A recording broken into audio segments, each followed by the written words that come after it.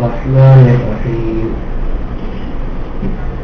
قل يا أيها الكافرون لا أعبد ما تعبدون ولا أنتم عابدون ما أعبد ولا أنا عابد ما عبدتم ولا أنتم عابدون ما أعبد لكم دينكم ولي دين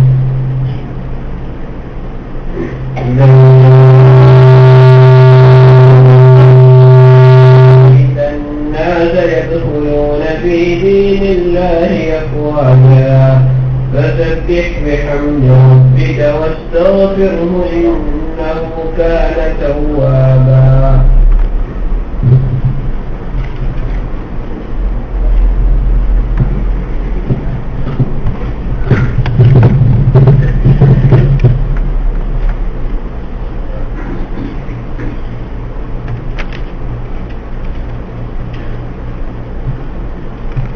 أعوذ بالله من الشيطان الرجيم بسم الله الرحمن الرحيم. سورہ الکافرون مکی سورہ ہے اور اس کے فضائل میں سے ایک فضیلت تو یہ ہے کہ رسول اکرم صلی اللہ علیہ وسلم نے ارشاد فرمایا سورہ کافرون قرآن کی 1/4 ہے. جیسا سورہ اخلاص کے بارے میں یہ بات ارشاد فرمائی کہ یہ 1/3 کے برابر ہے، یعنی 3 دفعہ سورہ اخلاص پڑھی جائے تو پورے قرآن مجید کا ثواب ملتا ہے. اسی طرح 4 مرتبہ قل یا ایھا الکافرون اگر پڑھی جائے تو اس کا ثواب قرآن مجید پڑھنے کے برابر ملتا ہے. 1/4 کے قرآن مجید کی 1/4 کے برابر ہے. ثواب ملنے سے مراد یہ ہے کہ ایک قرآن مجید پڑھنے کے برابر جتنا اجر و ثواب ہوگا وہ ملے گا، لیکن ویسے قرآن مجید کو شروع سے لے کر آخر تک پڑھنے سے جو باقی فوائد حاصل ہوں گے وہ اس سے حاصل نہیں ہوں. 4 مرتبہ قل یا ایھا الکافرون پڑھنے سے قرآن مجید کے برابر اجر و ثواب تو مل جائے گا، لیکن سارے قرآن مجید کو تلاوت کرنے سے یا پڑھنے سے جو اس کے ایمان میں اضافہ ہوگا، جو اس کے تقویٰ میں اضافہ ہوگا، جو اس کے علم میں اضافہ ہوگا وہ اس سے تو معلوم رہے گا.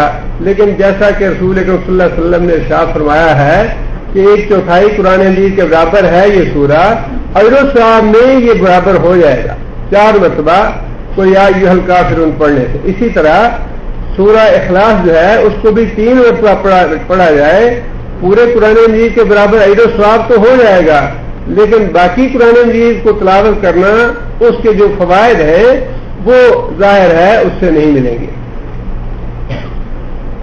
اور دوسری اس کی فضیلت یہ ہے رسول اکرم صلی اللہ علیہ وسلم سے 2-3 احادیث ایسی مروی ہیں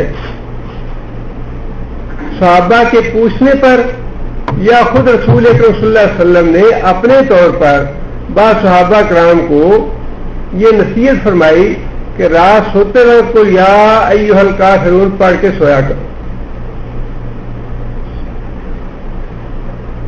رات کو جو سوتے پڑھنی چاہیے یا پڑھ کے سونا چاہیے ان میں سے ایک یہ بھی ہے جو خود رسول اکرم صلی اللہ علیہ وسلم پڑھ کے سویا کرتے تھے، اور ان میں سے جو اہم ترین ہے ایک تو آیت الکرسی ہے، سورہ بقرہ کی آخری 2 آیتیں ہیں، سورہ ملک ہے، اور قل یا ایھا الکافرون، سورہ اخلاص اور معوذتین، یہ ساری صورتیں اہم ترین ہیں ان میں سے جو رسول اکرم صلی اللہ علیہ وسلم پڑھ کے سویا کرتے تھے. اسی طرح رسول اکرم صلی اللہ علیہ وسلم کو بچھو نے ڈس لیا تو رسول اکرم صلی اللہ علیہ وسلم نے یہ بات ارشاد فرمائی کہ یہ نہ کسی نمازی کو چھوڑتا ہے نہ غیر نمازی کو، اللہ کی لعنت ہو اس پہ، یا کچھ ایسے الفاظ ہیں. اور اس کے بعد نبی صلی اللہ علیہ وسلم نے نمکین پانی لے کے اس کے اوپر ڈالا اور قل یا ایھا الکافرون اور معوذتین پڑھ کے دم کیا اس پہ اور نبی صلی اللہ علیہ وسلم کو آرام آ گیا. دونوں علاج ہیں اس کے بچھو کے ڈنگنے کے. نمکین پانی بھی اس پہ ڈالا جائے اور یہ 3 صورتیں پڑھ کے اس پہ دم بھی کیا جائے. اسی طرح فجر کی سنتوں میں پہلی رکعت میں قل یا ایھا الکافرون اور دوسری رکعت میں سورہ اخلاص پڑھنا نبی صلی اللہ علیہ وسلم سے ثابت ہے, یا یوں کہہ لیجئے کہ یہ مسنون ہے. اسی طرح طواف کی طواف کے بعد جو 2 رکعت نماز طواف پڑھی جاتی ہے اس میں بھی پہلی رکعت میں قل یا ایھا الکافرون اور دوسری رکعت میں سورہ اخلاص پڑھنا مسنون ہے. اسی طرح جو وتر ہے رات کے ان میں پہلی رکعت میں سورہ اعلی اور دوسری میں قل یا ایھا الکافرون اور تیسری میں قل ھو اللہ احد, جس کا مطلب یہ ہے کہ یہ وہ صورتیں ہیں جن کو بار بار دہرانے کی رغبت دلائی ہے رسول اللہ صلی اللہ علیہ وسلم نے, نمازوں میں بھی, رات کو سوتے وقت بھی اور ویسے بھی. اور نبی صلی اللہ علیہ وسلم نے یہ بات خاص طور پہ ارشاد فرمائی, جس کو یہ نصیحت فرمائی کہ رات سوتے وقت قل یا ایھا الکافرون پڑھ لیا کرو. ان تینوں حدیثوں میں ساتھ یہ الفاظ بھی ملتے ہیں کہ یہ سورہ جو ہے شرک سے بری کرنے والی ہے. قل یا ایھا الکافرون رات کو جو آدمی پڑھ کے سوئے گا اللہ تعالیٰ اس کی شرک سے برات لکھ دیں گے, یہ آدمی شرک سے بری ہے, اور وہ اس کے مضمون سے انشاءاللہ بات واضح ہو جائے گی. جیسا کہ میں نے عرض کیا تھا کہ اس کا شان نزول یہ ہے کہ رسول اکرم صلی اللہ علیہ وسلم کے ساتھ مختلف اوقات میں مختلف انداز سے افہام و تفہیم کرنے کی کوشش کی گئی. نبی صلی اللہ علیہ وسلم پہ دباؤ بھی ڈالا گیا کہ نبی صلی اللہ علیہ وسلم اس کام کو چھوڑ دیں, لیکن جب نبی صلی اللہ علیہ وسلم ثابت قدم رہے اس بات پہ اور جمے رہے دین پہ اور توحید کی دعوت پہ, تو پھر کفار کا دوسرا مرحلہ یہ تھا یا دوسری سوچ ان کی یہ تھی کہ یہ اپنے کام سے رکنے والے تو نہیں ہیں, اپنے کام سے باز آنے والے تو نہیں ہیں, لیکن ان کے ساتھ کچھ گیو اور ٹیک کا معاملہ کرنا چاہیے, کچھ لو اور دو کے معاملے میں افہام و تفہیم کر لینی چاہیے تاکہ یہ زیادہ لڑائی جھگڑا یا ان کے نقطہ نظر میں فتنہ جو ہے یہ بڑھتا نہ جائے. اس کو روک لینا چاہیے افہام و تفہیم کر کے. اور اس معاملے میں انہوں نے یہ پیشکش کی کہ اے محمد صلی اللہ علیہ وسلم, ہم آپ کو ایک اچھی بات بتاتے ہیں جس میں آپ کا بھی بھلا ہے ہمارا بھی بھلا ہے. اور وہ بھلے کی بات یہ تھی کہ آپ ہمارے معبودوں کی 1 سال بندگی کر لیا کریں اور 1 سال ہم آپ کے معبود کی بندگی کر لیا کریں. حتیٰ کہ بعض احادیث میں یہ بھی ملتا ہے کہ قریشی سرداروں نے یہاں تک کہا نبی صلی اللہ علیہ وسلم کو کہ کم از کم آپ 1 دفعہ ہمارے بت کو ہاتھ ہی لگا دیں. اس کے جواب میں اللہ تعالیٰ نے یہ سورہ نازل فرما دی اور اس سورہ کے مضمون سے یہ بات قطعی طور پر طے ہو گئی کہ دین کے معاملے میں یا توحید کے معاملے میں محمد صلی اللہ علیہ وسلم سے کوئی بات چیت کرنا یا کوئی افہام و تفہیم کا ذہن میں بات رکھنی یہ قطعاً ناممکن ہے. اور یہ مکمل طور پہ فیصلہ کر دیا گیا کہ اسلام اور کفر کا آپس میں کہیں بھی کسی بھی معاملے میں اتحاد نہیں ہو سکتا. یہ بالکل 2 الگ الگ راستے ہیں اور ان میں کسی قسم کا تعاون یا کسی قسم کی مفاہمت یہ ممکن نہیں ہے. ایک بات تو اس سورہ سے یہ طے ہو گئی, قل یا ایھا الکافرون, اے محمد صلی اللہ علیہ وسلم آپ کہہ دیجئے اے کافرو. خطاب محمد صلی اللہ علیہ وسلم سے ہے, لیکن اس کے بعد ہر مومن سے یہ مطالبہ ہے کہ وہ یہ بات کہے. مفسرین نے بڑی وضاحت کے ساتھ یہ بات لکھی ہے کہ خطاب نبی صلی اللہ علیہ وسلم کے لیے ہے, نبی صلی اللہ علیہ وسلم کی حیات طیبہ میں, لیکن اس کے بعد ہر مومن اس آیت کا مخاطب ہے کہ ہر مومن یہ بات کہے جو آگے رسول اللہ صلی اللہ علیہ وسلم کی زبان بارک سے اللہ تعالیٰ نے نکلوائی ہے. بعض لوگوں نے کافرون سے یہ بات نکالی ہے کہ یہ تو ان کی ترہیق ہے یا ان کی گستاخی ہے یا ایک عیب کی بات ہے جو کہ نہیں کہنی چاہیے.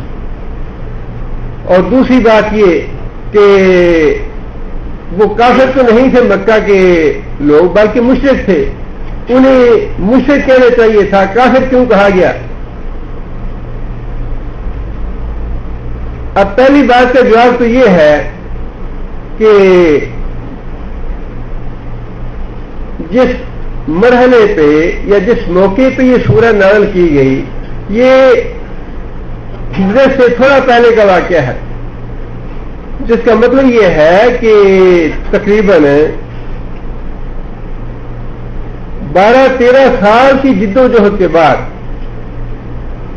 سمجھانے بجھانے کے بعد یہ بات نبی صلی اللہ علیہ وسلم کے لیے واضح ہو چکی تھی کہ جو لوگ اس بستی میں سے ایمان لانے والے تھے وہ ایمان لا چکے ہیں. اب اس کے بعد جو لوگ باقی بچ گئے ہیں ان سے کسی خیر کی توقع نہیں ہے یا ان سے کسی قسم کی اچھائی کی توقع نہیں ہے کہ یہ بھی ایمان لائیں گے. اور یہ وہ موقع ہوتا ہے جب ہجرت سے پہلے نبی اپنی امت سے یا اپنے لوگوں سے یا اپنی قوم سے مایوس ہوتا ہے تو پھر وہ خود اللہ سے دعا کرتا ہے کہ یا اللہ میرے اور ان کے درمیان آپ فیصلہ کر دیں. قال نوح رب لا تذر علی الارض من الکافرین دیارا. اب نوح علیہ السلام کا یہ جو مطالبہ تھا کہ کافروں کا یا اللہ ایک گھر بھی اس زمین پہ باقی نہ چھوڑ, یہ یکدم نہیں کیا نوح علیہ السلام نے, یا 10 سال یا 15 یا 20 سال نہیں بلکہ پورے 900 سال کی محنت کے بعد جب نوح علیہ السلام اس نتیجے میں پہنچ گئے کہ اب اس بستی میں یا ان لوگوں میں خیر کی یا بھلائی کی کوئی بات باقی نہیں رہی اور ایمان لانے کی توقع مکمل طور پہ ختم ہو چکی ہے, اس وقت نوح علیہ السلام نے اللہ تعالیٰ سے یہ دعا مانگی رب لا تذر علی الارض من الکافرین دیارا, کہ یا اللہ کافروں کا ایک گھر بھی باقی نہ چھوڑ, جو ایمان لانے والے ہیں وہ ایمان لا چکے, اب باقی لوگوں سے کوئی خیر کی توقع نہیں, یہ ایمان نہیں لائیں گے, یا اللہ ان کو ہلاک کر. یہاں بھی معاملہ یہی تھا کہ جب نبی صلی اللہ علیہ وسلم نے کے لیے یہ بات واضح ہو گئی, اس بستی سے جتنے ایمان لانے والے تھے وہ تو ایمان لے آئے, اب باقی جو بچ گئے ہیں ان سے کوئی خیر اور بھلائی کی توقع نہیں ہے, لہذا کتی اور تو فیصلہ کر دیا کہ تم لوگ کافر ہو, تم لوگ منکر ہو اللہ کے رسول کے, لہذا تمہارے اور ہمارے جو راستے ہیں وہ الگ ہو گئے, ہمارے اور تمہارے درمیان دیوار حائل ہو گئی ہے, نہ تم ادھر آ سکتے ہو نہ ہم ادھر جانے کے لیے تیار. لہذا اس لیے واضح طور پر فرما دیا کہ تم لوگ کافر, ہم لوگ مسلمان ہیں, ہم ایمان لانے والے ہیں, تم انکار کرنے والے ہو. اور پھر ان کو مشرک اس لیے کیا کہ خطاب نہیں کیا اللہ تعالیٰ نے کہ مشرک بھی در حقیقت کافر ہی ہے. مشرک کیا ہے؟ مشرک وہ ہے جو اللہ کو بھی مانتا ہے, اللہ کو بھی مانتا ہے لیکن اللہ کے ساتھ بعض دوسرے لوگوں کو اللہ کا شریک ٹھہراتا ہے.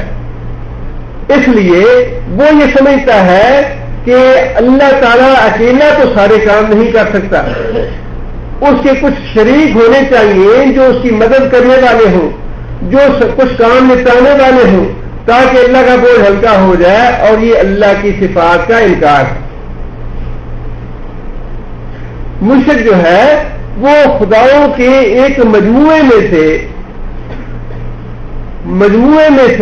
ایک اللہ کو مانتا ہے, لیکن اس کے ساتھ جو باقی مجموعہ ہے ان کا بھی انکار نہیں کرتا. اس طرح سے اللہ تعالیٰ کو ماننا اسلام میں مطلوب نہیں ہے.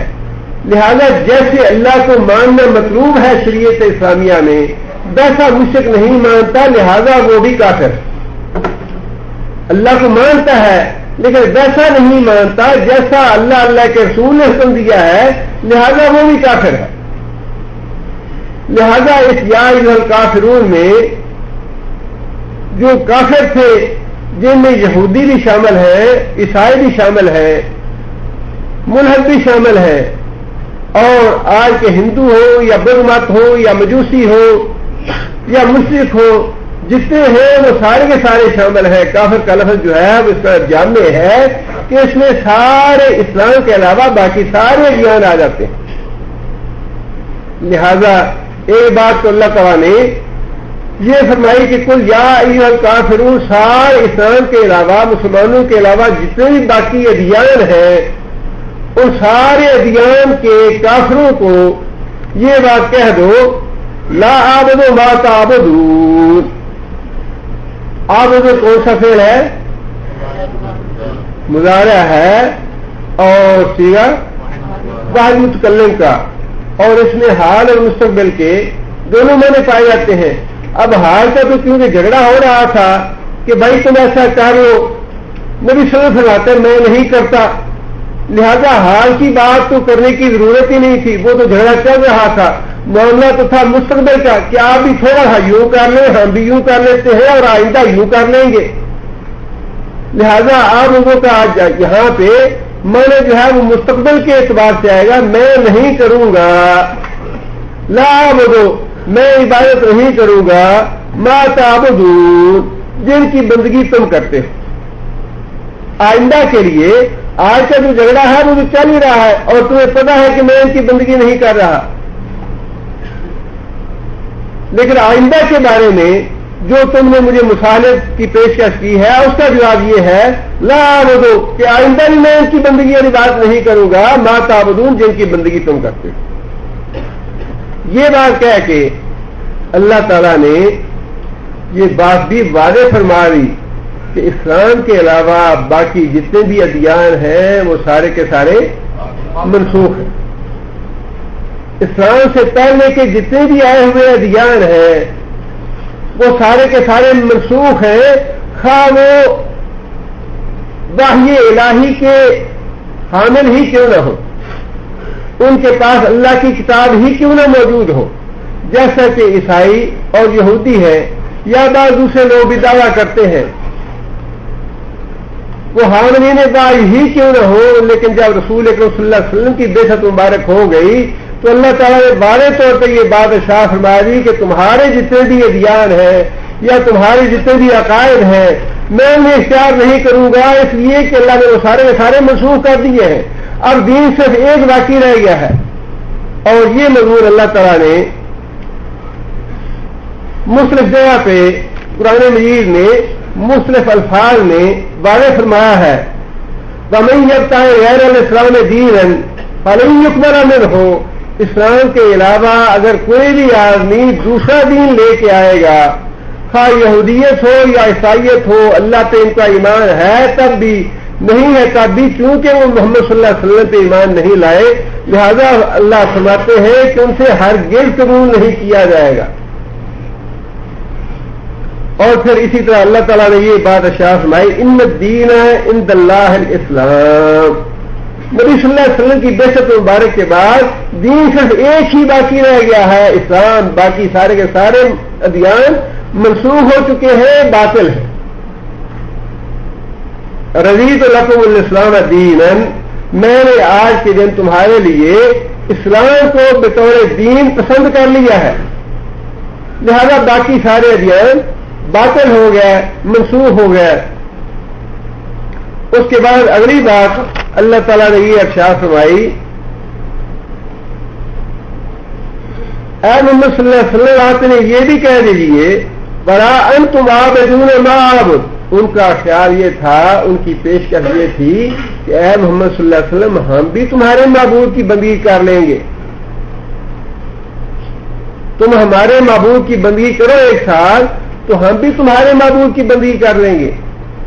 اب اللہ تعالیٰ نے نبی صلی اللہ علیہ وسلم کی زبان مبارک سے یہ بات نکلوا دی کہ لا انتم عابدون، تم بندگی کرنے والے نہیں ہو.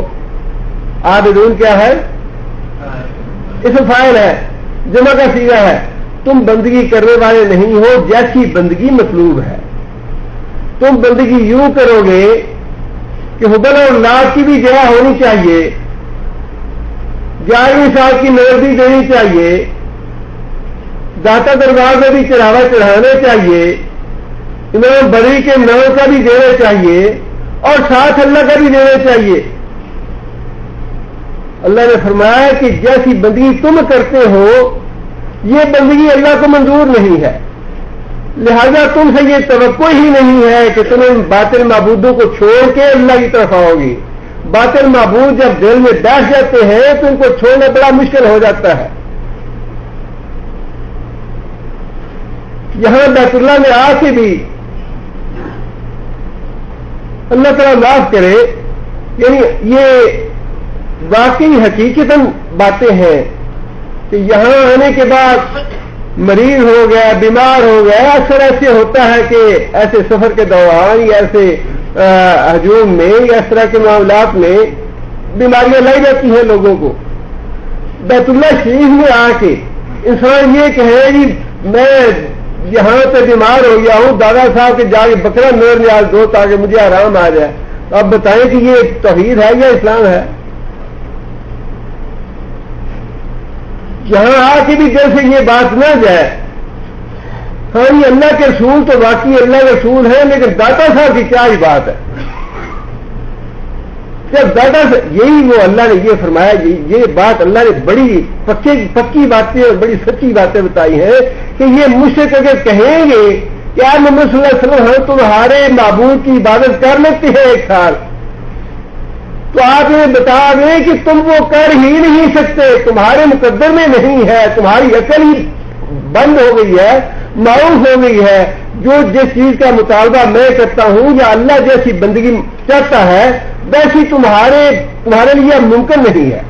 تمہارے دلوں میں جو بتوں کی محبت بیٹھی ہوئی ہے، جو غیر اللہ کی محبت بیٹھی ہوئی ہے، جو تمہارے اندر جڑ پکڑ چکی ہے چیزیں، جب تک وہ پہلے نہیں نکالو گے ویسی بندگی تم اللہ ہی کر نہیں سکتے۔ لہذا فرمایا کہ بھلا انتم عابدون ما اعبد، جس کی بندگی میں کرتا ہوں اس کی بندگی تم کر نہیں سکتے ویسی بندگی جیسے میں کر رہا ہوں یا جیسے اللہ کو مطلوب ہے۔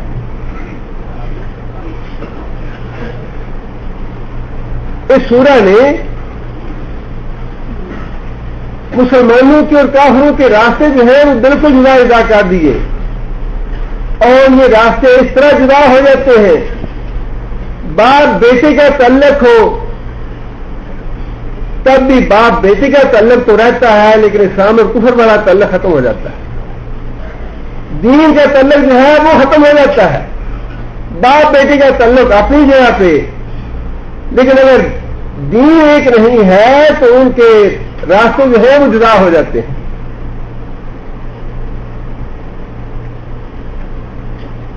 ابراہیم علیہ السلام کا جھگڑا ہوا اپنے باپ سے آدر سے، اور جھگڑا اسی بات کا تھا ایک الہ کو مانے یا ایک الہ کے ساتھ دوسروں کو بھی شریک کیا جائے۔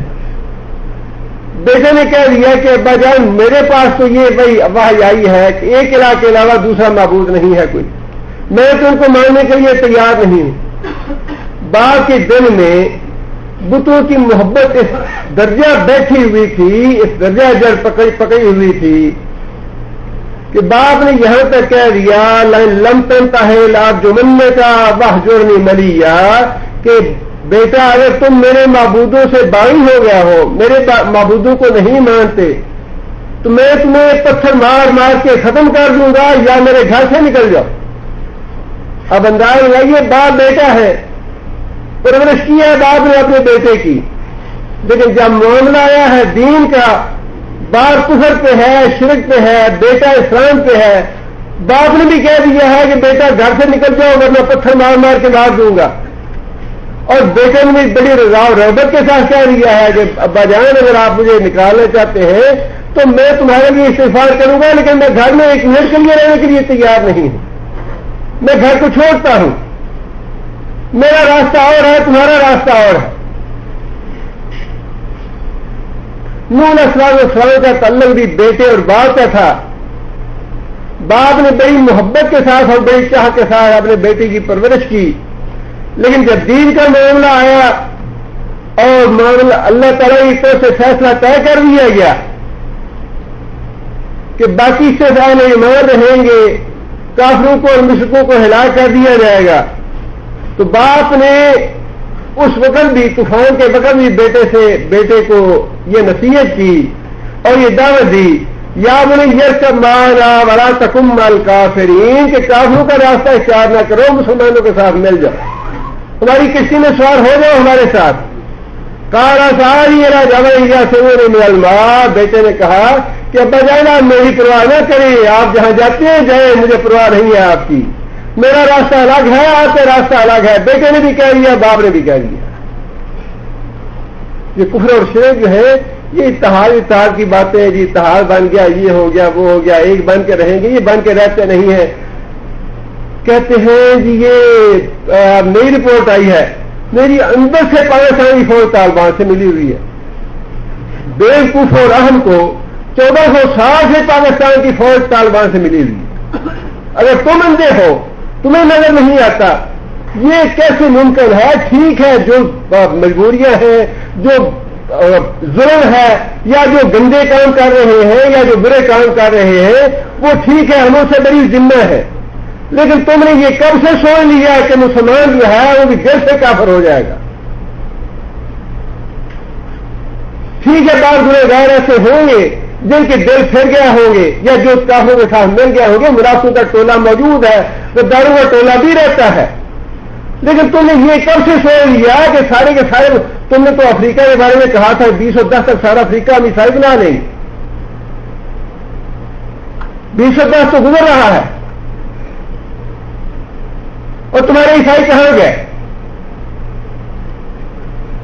اور پھر رپورٹ یہ لکھی ہے کہ مسلمانوں کو بے عمل تو بنایا جا سکتا ہے، انہیں گمراہ تو کیا جا سکتا ہے، لیکن ان کے دل سے اللہ اور محمد کا نام نہیں نکالا جا سکتا۔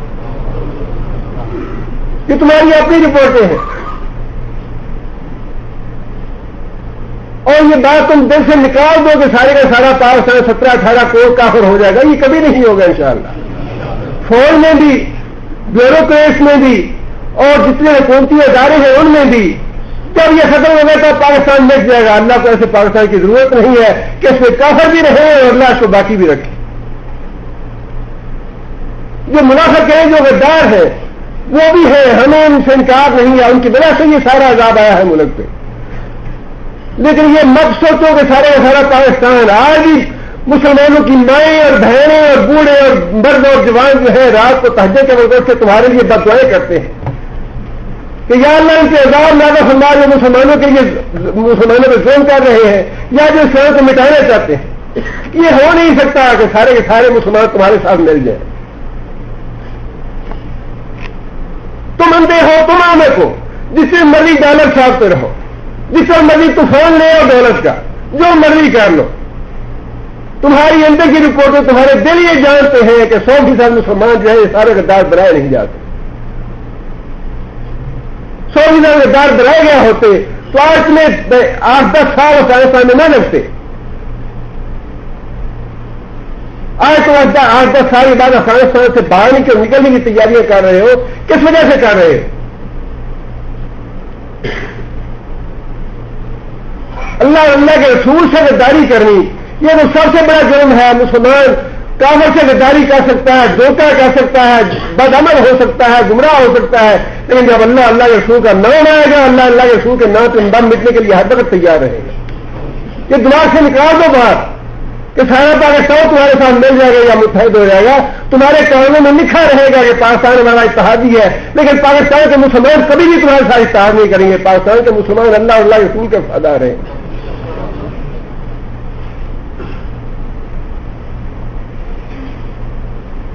راستہ الگ ہے، نوح کا راستہ الگ ہے، علیہ السلام کا، نوح کے بیٹے کا راستہ الگ ہے، بش کا راستہ الگ ہے، پاکستان کے مسلمانوں کا راستہ الگ ہے۔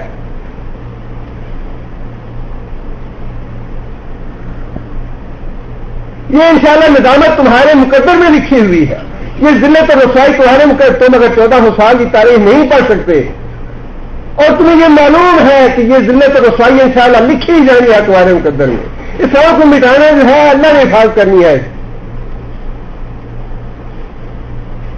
آج اگر اندازہ لگے 1400 سال کا عرصہ تھوڑا عرصہ نہیں ہے، اور یہ جو 10-11 سال تم نے زور کیے مسلمانوں پہ اسلام کو مٹانے کے لیے، جو کچھ تم نے ہتھکنڈے اختیار کیے، جتنے تم نے ہتھیار استعمال کیے، جتنی تم نے تباہی پھیلائی، جتنی خوریزی کی، جتنا قتل و غارت کیا، اس کے بعد تو تمہیں یہ سبق سیکھ لینا چاہیے کہ اسلام کو مٹانا ممکن نہیں ہے۔ لیکن یہ اندھا پن اور یہ حماقتیں اور یہ بیوقوفیاں، یہ تو ساری ابو جہل سے اور ابو لہب سے چلی آ رہی ہے اور قیامت تک چلی جائیں گی۔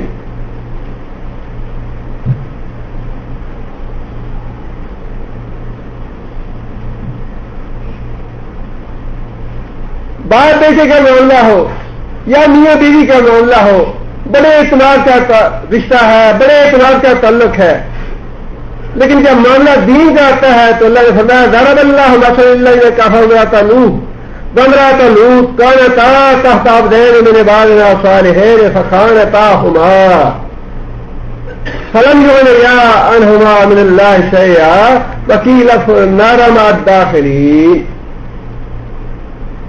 نوح علیہ السلام کی بیوی اور لوط علیہ السلام کی بیوی، بیٹوں کا معاملہ بھی ایسا ہی رہا، بیویوں کا معاملہ بھی ایسا رہا کہ وہ ایمان نہیں لائیں، ایمان کے معاملے میں خیانت کی انہوں نے۔ فرمایا کہ اللہ تعالیٰ نے حکم دیا تم دونوں کے راستے الگ ہیں، یا تو اپنے شوہر پہ ایمان لاؤ کہ وہ اللہ کا نبی ہے، اللہ کا سچا رسول ہے، اور اگر ایمان نہیں لاتے، ان کی بات نہیں مانتے، اطاعت نہیں کرتے، تمہارا راستہ الگ ہے، ان کا راستہ الگ ہے، تمہاری منزل جہنم ہے، ان کی منزل جنت۔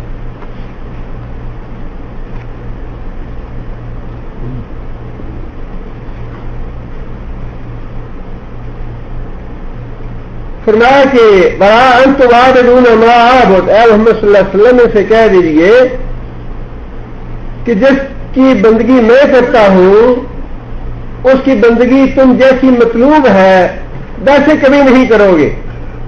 تم اپنی زبان سے تو یہ عہد کر رہے ہو، یہ پیشکش کر رہے ہو کہ 1 سال ہم بندگی کریں گے تمہارے معبود کی، لیکن اللہ کے رسول نے فرمایا کہ جیسی بندگی مطلوب ہے اللہ کی کرنی ویسی تم کبھی نہیں کرو گے، تمہارے دلوں سے بتوں کی محبت نکلے گی نہیں۔ آگے پھر اللہ تعالیٰ نے یہ بات ارشاد فرمائی کہ اے محمد صلی اللہ علیہ وسلم آپ نے یہ بھی کہہ دیجیے بلا انا عابد ما عبدتم۔ عبدتم کون سا سیغہ ہے؟ عبدتم ماضی کا سیغہ ہے۔ پہلے جو سیغہ تھا وہ مضارعہ کا تھا جس میں فیصلہ کس زمانے کا ہوا؟ مستقبل کا۔ موجودہ جو جھگڑا ہے وہ تو واضح ہے کہ محمد صلی اللہ علیہ وسلم بھی ان کے بتوں کی عبادت کرنے کے لیے تیار نہیں، اور وہ محمد صلی اللہ علیہ وسلم کے معبود کی عبادت کرنے کے لیے تیار نہیں۔ حال کا معاملہ تو واضح ہے۔ پہلی آیت میں اللہ تعالیٰ نے مستقبل کا فیصلہ کر دیا کہ آج محمد صلی اللہ علیہ وسلم ان کو مستقبل کے بارے میں واضح طور پہ آگاہ کر دو کہ میں تمہارے معبودوں کی آئندہ کبھی بھی بات نہیں کروں گا۔ یہ آئندہ کا معاملہ تھا۔ اور پھر ماضی کے بارے میں بھی اللہ تعالیٰ نے فرمایا کہ ماضی کی بھی وضاحت کر دو، بلا انا عابد، اور نہ ہی میں بندگی کرنے والا ہوں ما عبدتم،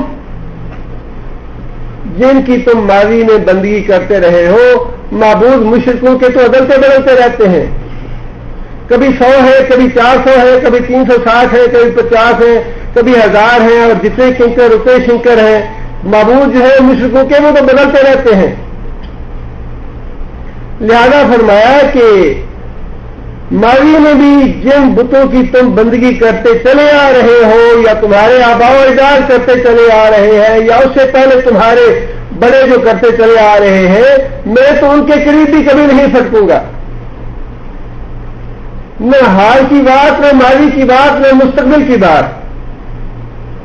اور پھر آگے فرمایا بلا انتم عابدون ما اعبد، اور پھر وہی بات ہے تو تکرار ہی۔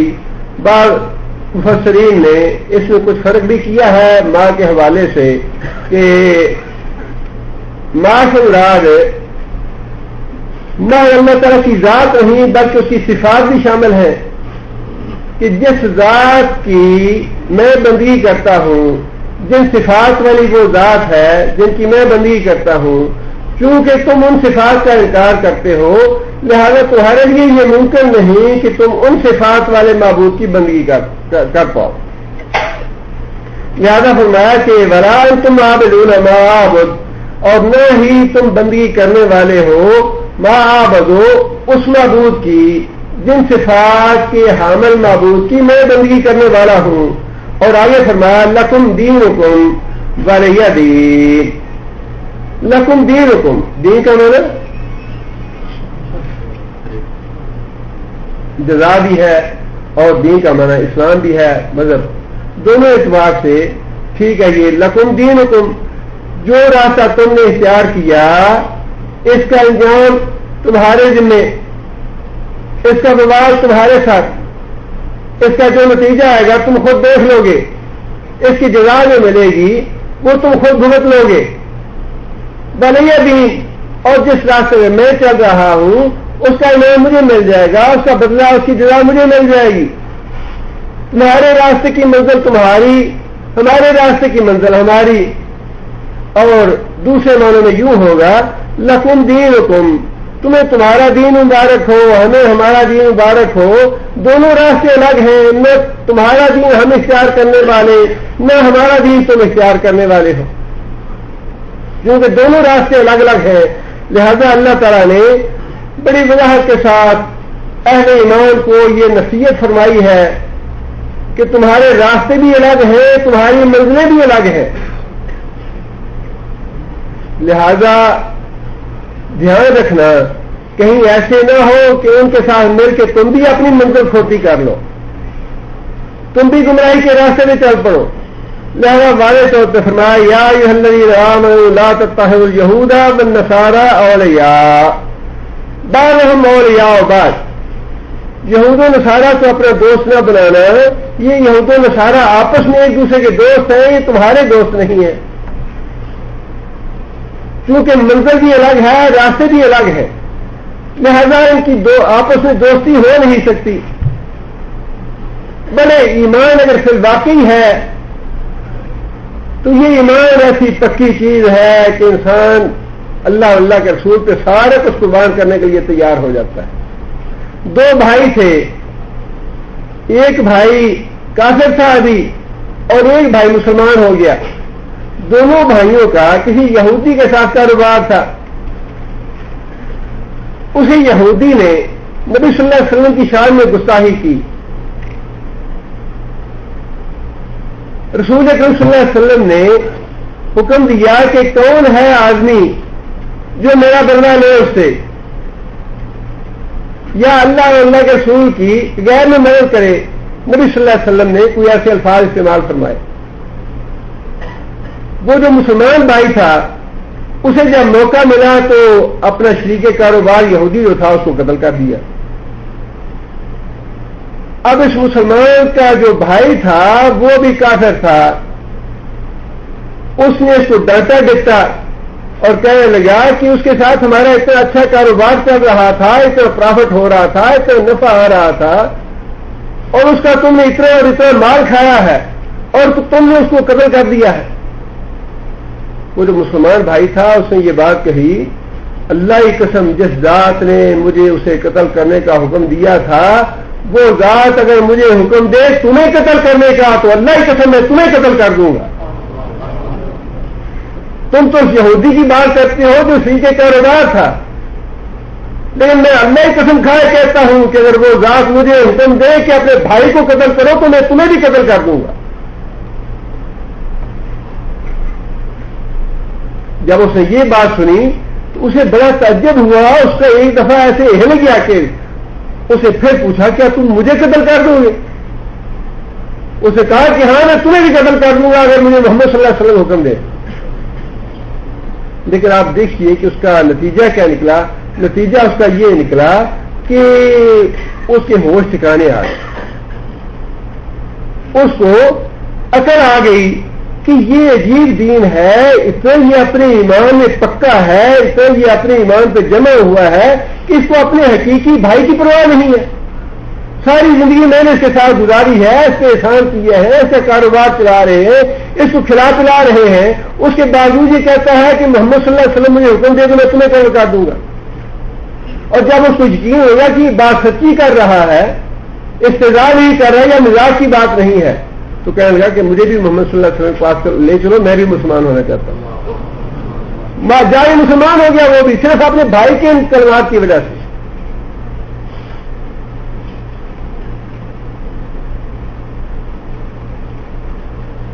اور پھر فرمایا کہ یا ایھا الذین آمنوا لا تتخذوا عدوی وعدوکم اولیاء، کہ اسلام کے علاوہ، مسلمانوں کے علاوہ جتنے بھی ادیان کے حاملین ہیں یہ سارے کے سارے تمہارے بھی دشمن ہیں، میرے بھی دشمن ہیں، ان کے ساتھ دوستی مت کرو۔ فرمایا کہ جو بھی ان کے ساتھ دوستی کرے گا اس کا انجام انہی کے ساتھ ہوگا۔ بڑا سختی کے ساتھ منع کیا گیا ہے۔ دیکھیے ان معاملات میں شریعت نے بعض معاملات جو ہیں ان کی وضاحت کی ہے۔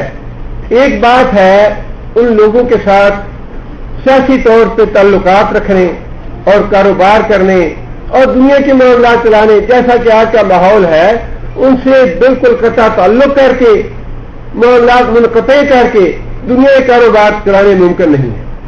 تعلقات رکھنے یہ تو مجبوری ہے، لیکن تعلق رکھنا اور بات ہے، دوستی کرنا اور بات ہے۔ جو بات جس سے منع کیا گیا ہے وہ دوستی کرنا ہے۔ دوستی سے مراد یہ ہے ایسے تعلقات کسی کافر سے نہیں ہونے چاہیے جس سے انسان کا دین اور اسلام متاثر ہو، دین پہ حرف آئے،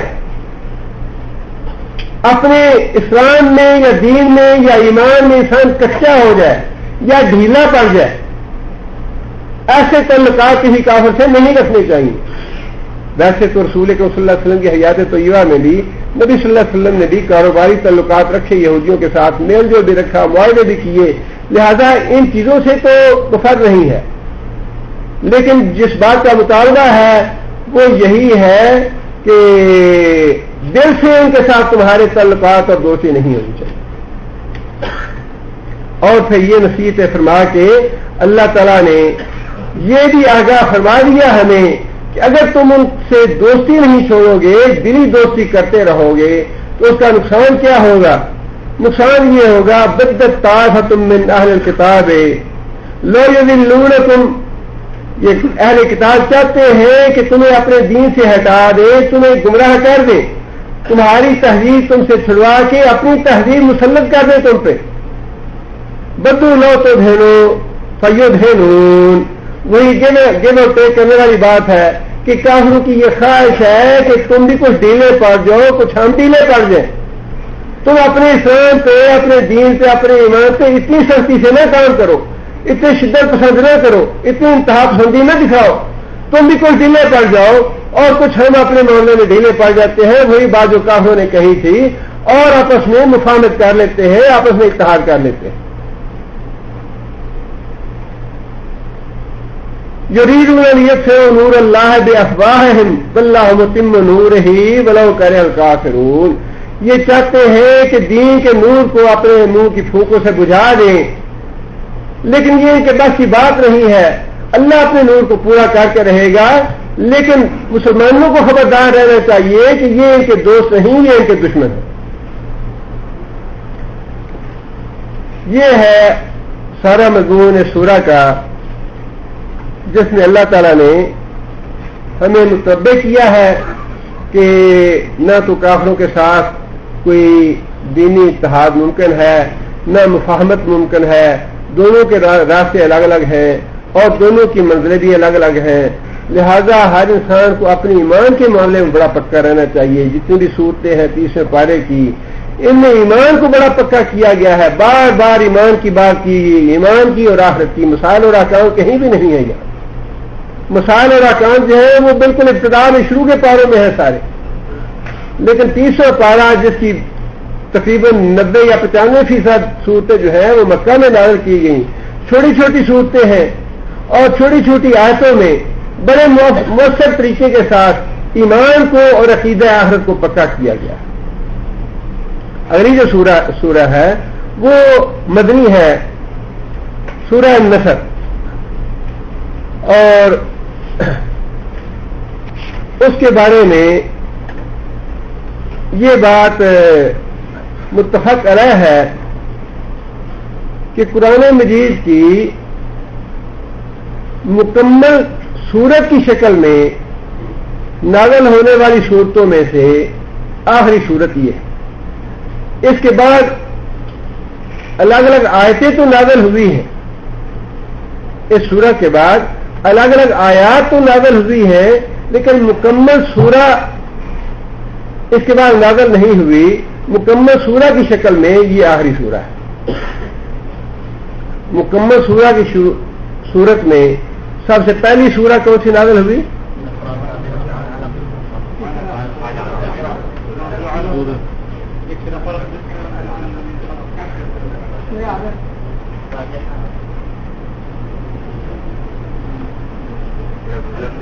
سب سے پہلے مکمل سورہ کی شکل میں، آیتوں کی بات نہیں ہے، مکمل سورہ کی شکل میں کون سی سورت نازل ہوئی سب سے پہلے؟ جی جی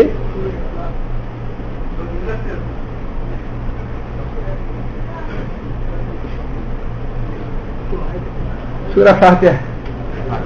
سورہ فاتحہ جو ہے وہ سب سے پہلی سورہ ہے جو مکمل سورت کی شکل میں نازل ہوئی. الگ الگ آیات جو ہے وہ اس سے پہلے نازل ہوئی ہے، لیکن مکمل سورہ کی شکل میں سورہ فاتحہ پہلی سورہ ہے جو نازل ہوئی ہے. اور سب سے آخری سورہ جو مکمل سورت کی شکل میں نازل ہوئی وہ سورہ النصر. اور یہ سورہ نازل ہوئی حجۃ الوداع کے موقع پہ، ایام تشریق کے وسط میں مینا میں یہ سورہ نازل ہوئی. اس کی ایک دلیل تو صحابہ کرام کی وہ گواہی ہے جن میں حضرت عبداللہ بن عباس یا عبداللہ بن عمر نے خود یہ بات کہی کہ ایام تشریق میں منا کی جگہ پہ سورہ النصر نازل ہوئی تھی. اور اس کا دوسرا ثبوت یہ ہے کہ جب نبی صلی اللہ علیہ وسلم نے منا میں خطبہ ارشاد فرمایا، اس خطبے میں نبی صلی اللہ علیہ وسلم نے یہ بات بھی ارشاد فرمائی کہ شاید آج کے بعد میں آپ سے دوبارہ نہ مل سکوں اس طریقے سے جیسا یہاں بیٹھے ہوئے ہیں، دوبارہ نہ مل سکوں. اور یہ نبی صلی اللہ علیہ وسلم نے نتیجہ اخذ کیا تھا اسی سورہ سے. اور اس مضمون کی بہت سی احادیث ہے. حضرت فاطمہ کو بھی نبی صلی اللہ علیہ وسلم نے یہ بات ارشاد فرمائی حجۃ الوداع سے واپسی کے بعد مدینہ منورہ جا کے کہ یہ سال میری وفات کا سال ہے. اور بعض دوسرے صحابہ کرام کو بھی یہ بات ارشاد فرمائی کہ یہ جو سورہ اللہ نے نازل فرمائی ہے اس میں میری اجل کا ذکر ہے، میری وفات کا ذکر ہے اس میں. حضرت عمر رضی اللہ تعالیٰ عنہ کے بارے میں یہ بات آتی ہے کہ حضرت عمر رضی اللہ تعالیٰ عنہ اپنی شورا میں بدری صحابہ کو شامل فرماتے اور اس کے علاوہ جو حفاظ علماء یا قراء تھے ان کو بھی شامل فرماتے، بدری صحابہ کو خاص طور پہ شامل فرماتے. اور ان سب کے ساتھ حضرت عبداللہ بن عباس جو عمر میں سب سے چھوٹے تھے انہیں بھی بلاتے. بعض صحابہ کو اس بات پہ اعتراض ہوا کہ کبار صحابہ کرام کے ساتھ جو بدری صحابہ ہیں ان کے ساتھ ہی بچے کو حضرت عمر کیوں بلا لیتے ہیں؟ بچے تو ہمارے بھی ہیں اور اگر ان کو بھی بلانا ہے تو ہمارے بچوں کو بھی بلانا چاہیے. بعض لوگوں کے دلوں میں بات آئی ہے.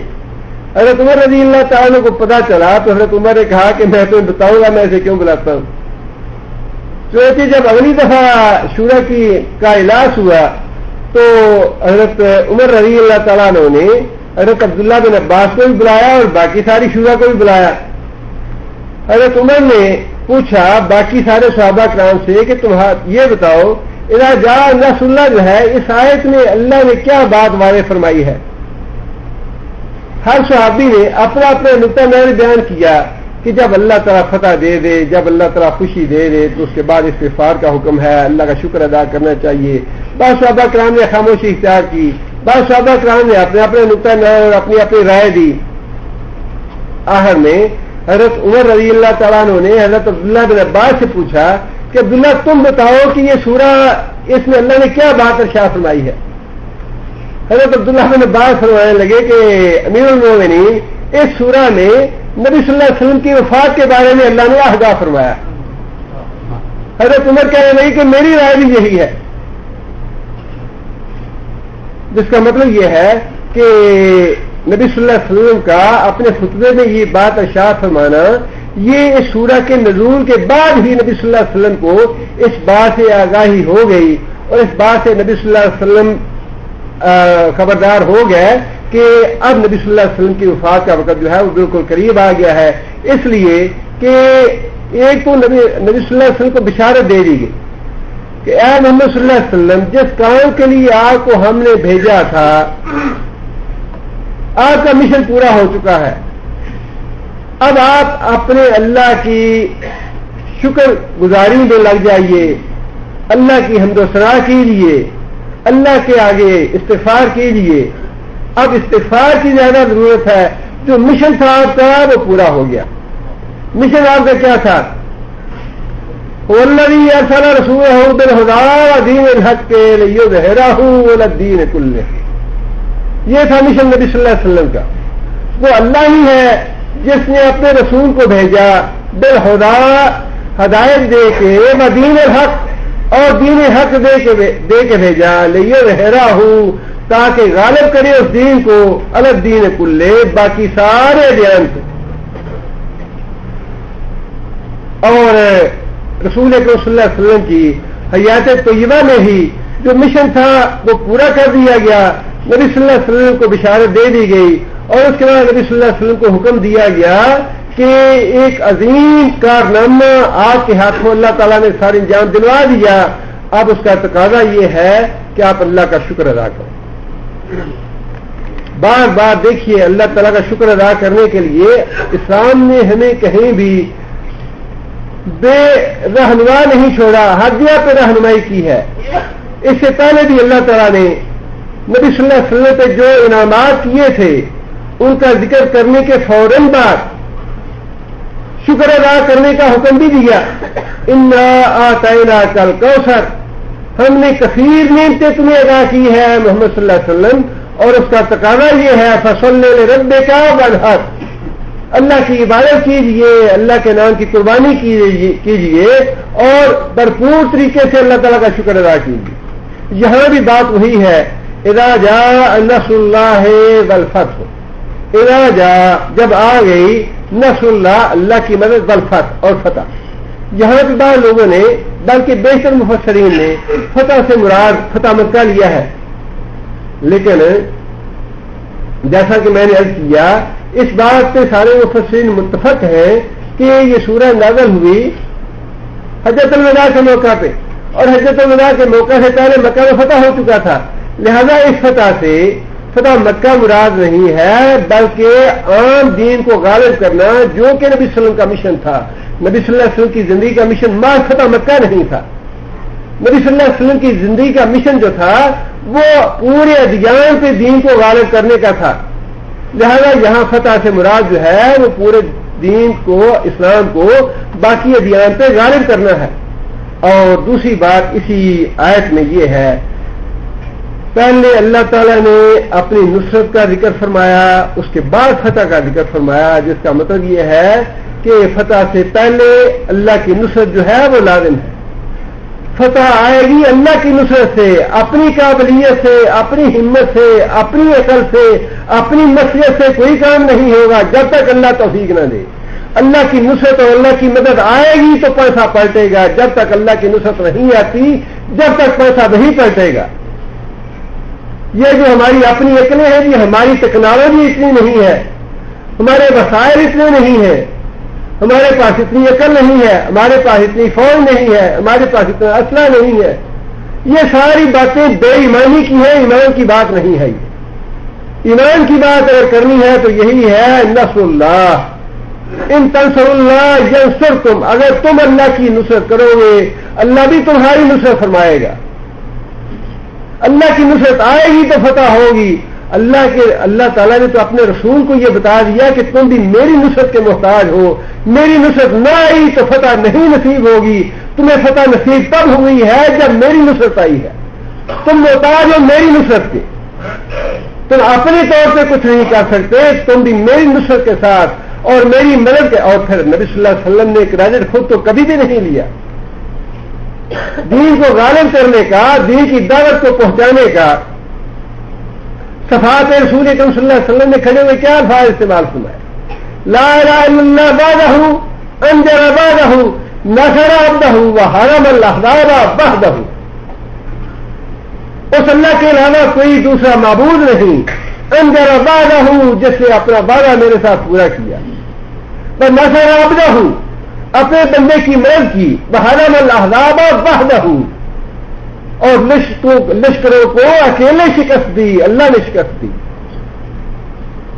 کتنی اچھی تعلیم ہے. ساری زندگی بھی جد و جہد میں گزار دی نبی صلی اللہ علیہ وسلم نے.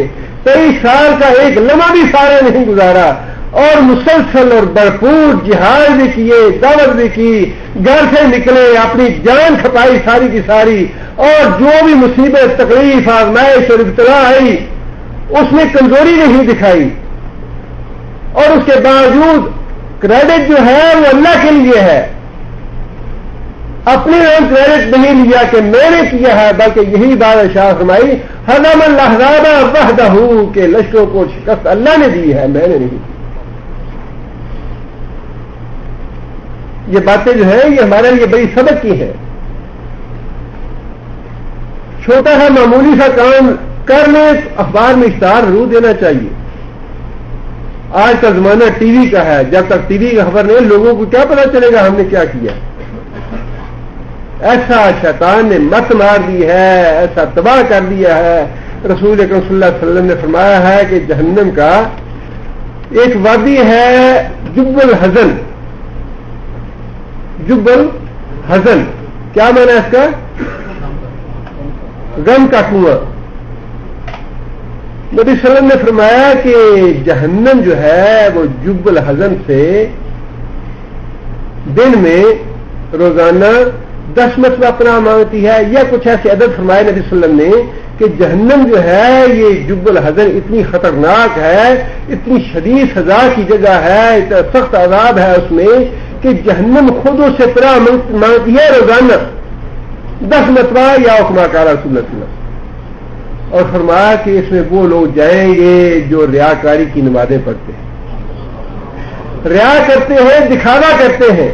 ٹی وی کا زمانہ ہے، اخبار کا زمانہ ہے، اعلان کرنے کا زمانہ ہے، لوگوں کو رغبت دلانی ہے. اور یہاں معاملہ یہ ہے کہ ساری کی ساری 23,000 کی زندگی کھپا کے اور حق ادا کر دیا. دیتا یا رسول اللہ، بلغتا یا رسول اللہ، یا رسول اللہ اپنے حق ادا کر دیا ہے. اس کے باوجود فرمایا کہ حرم اللہ وحدہ ہوئی کہ لشکروں کو شکست میں نے نہیں دی، اللہ نے دی ہے.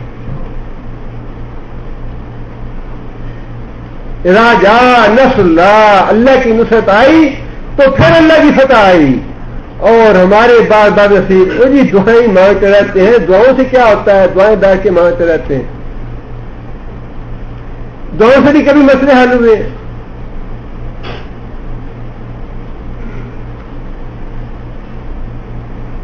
اللہ تعالیٰ معاف کرے. ایمان کی بڑی ہی کمزور حالت ہے. ائمہ کرام ہمیں تو سچی بات یہ ہے رشک آتا ہے اور رشک کرنا چاہیے اور ان کی نقل کرنی چاہیے. جس طرح ائمہ کرام جو ہے یہاں پہ دعائیں مانگتے ہیں سیکھنا چاہیے، بجائے اس کے کہ ان کی معاذ اللہ ان کا تمثل کیا جائے یا توہین کی جائے یا ایسی زبان سے باتیں نکالی جائے، اپنا ایمان برباد کیا جائے. یہ تو اللہ جانتا ہے کہ ان کے دل کی کیفیت کیا ہے. یہ آنسو ایسے نہیں نکلتے. یہ آنسو دنیا میں نکل آنا، اللہ کے نام پہ قرآن پڑھتے ہوئے آنسو نکل آنا، یہ بہت بڑی سعادت کی بات ہے. ہر آدمی کے آنسو نہیں نکلتے. یہ تو اللہ کی توفیق ہے، اللہ دیتا ہے جس کو دے. اور دعا بھی اللہ توفیق دیتا ہے، جس کو اللہ تعالیٰ توفیق دیتا ہے تو دعا ہوتی ہے.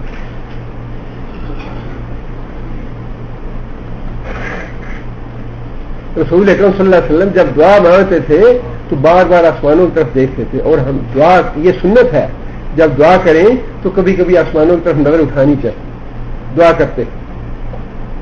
اس لیے کہ اسباب تو ٹھیک ہے دنیا میں ہے، مسبب الاسباب تو ذات اوپر ہے. معاملات واللہ ترجع الامور، سارے کے سارے معاملات سیدھے تو اوپر سے ہونے ہیں. دعا بھی مانگو اور نظریں اپنی اوپر آسمانوں کی طرف اٹھاؤ کہ یا اللہ ہم بھکاری کھڑے ہیں نیچے، یا اللہ اپنی نظر کرم فرما ہمارے اوپر، سنت ہے آسمانوں کی طرف دیکھنا دعا کرتے وقت۔ معاملے اللہ کے ہاتھ میں ہے، اختیار اللہ کے ہاتھ میں ہے۔ اور آگے فرمایا وَرَأَيْتَ النَّاسَ يَدْخُلُونَ فِي دِينِ اللَّهِ أَفْوَاجًا، یہ بشارت تھی نبی صلی اللہ علیہ وسلم کے لیے، اور آپ نے دیکھ لیا، رایتا تو نے دیکھا کہ لوگ جو ہے وہ فوج در فوج دین میں اسلام میں داخل ہو رہے ہیں۔ فتح مکہ سے پہلے واقعی صورتحال یہ تھی کہ لوگ اس انتظار میں تھے کہ اگر یہ واقعی سچا نبی ہے تو یہ مکہ فتح کر لے گا، اگر مکہ فتح نہیں ہوا تو اس کا مطلب یہ ہے کہ یہ نبی سچا نہیں۔ حضرت عمر بن سلمہ کہتے ہیں کہ ہمارا گھر ایک چشمے پہ تھا، گزرگاہ پہ تھا، وہاں سے لوگ آتے جاتے اور ہم ان سے پوچھتے تھے کہ بھائیوں جو مدینے میں آدمی ہے اس کا کیا معاملہ ہے، کیا کہتا ہے وہ؟ لوگ بتاتے ہیں ہمیں کہ بھائی وہ نبوت کا دعویٰ کرتا ہے، کہتا ہے میں سچا نبی ہوں اور میں یہ دین لے کے آیا ہوں، میری باتیں مانو اور تمہارا غلبہ ہو جائے گا۔ یہ وہ عمر بن سلمہ رضی اللہ تعالیٰ کہتے ہیں کہ یہ چھوٹی چھوٹی باتیں ساری میرے دل میں اسی زمانے سے بیٹھ گئی، جس کا مطلب یہ ہے کہ لوگ اس انتظار میں تھے کہ اگر یہ محمد صلی اللہ علیہ وسلم کو غلبہ حاصل ہو جاتا ہے تو پھر ہم بھی ایمان لے آئے۔ اور وہ پھر واقعی فتح مکہ کے بعد وقت آ گیا کہ 9ویں ہجری اور 10ویں ہجری جو ہے ان کو مفسرین نے اور سیرت نگاروں نے عام الوفود کا نام دیا ہے کہ ان سالوں میں وفد کے وفد جو ہے وہ نبی صلی اللہ علیہ وسلم کی خدمت میں خود حاضر ہوئے اور اسلام قبول کیا۔ نبی صلی اللہ علیہ وسلم نے خطوط لکھے اور ان میں سے سب سے زیادہ، جیسے کہ میں نے کیا تھا پچھلے درس میں بھی، یمن کے بادشاہ جو تھے بڑا اچھا جواب دیا انہوں نے، وہ سارے کے سارے ایمان لے آئے اور ان کے ساتھ ساری جو ان کی رعایا تھی وہ بھی مسلمان ہو گئی۔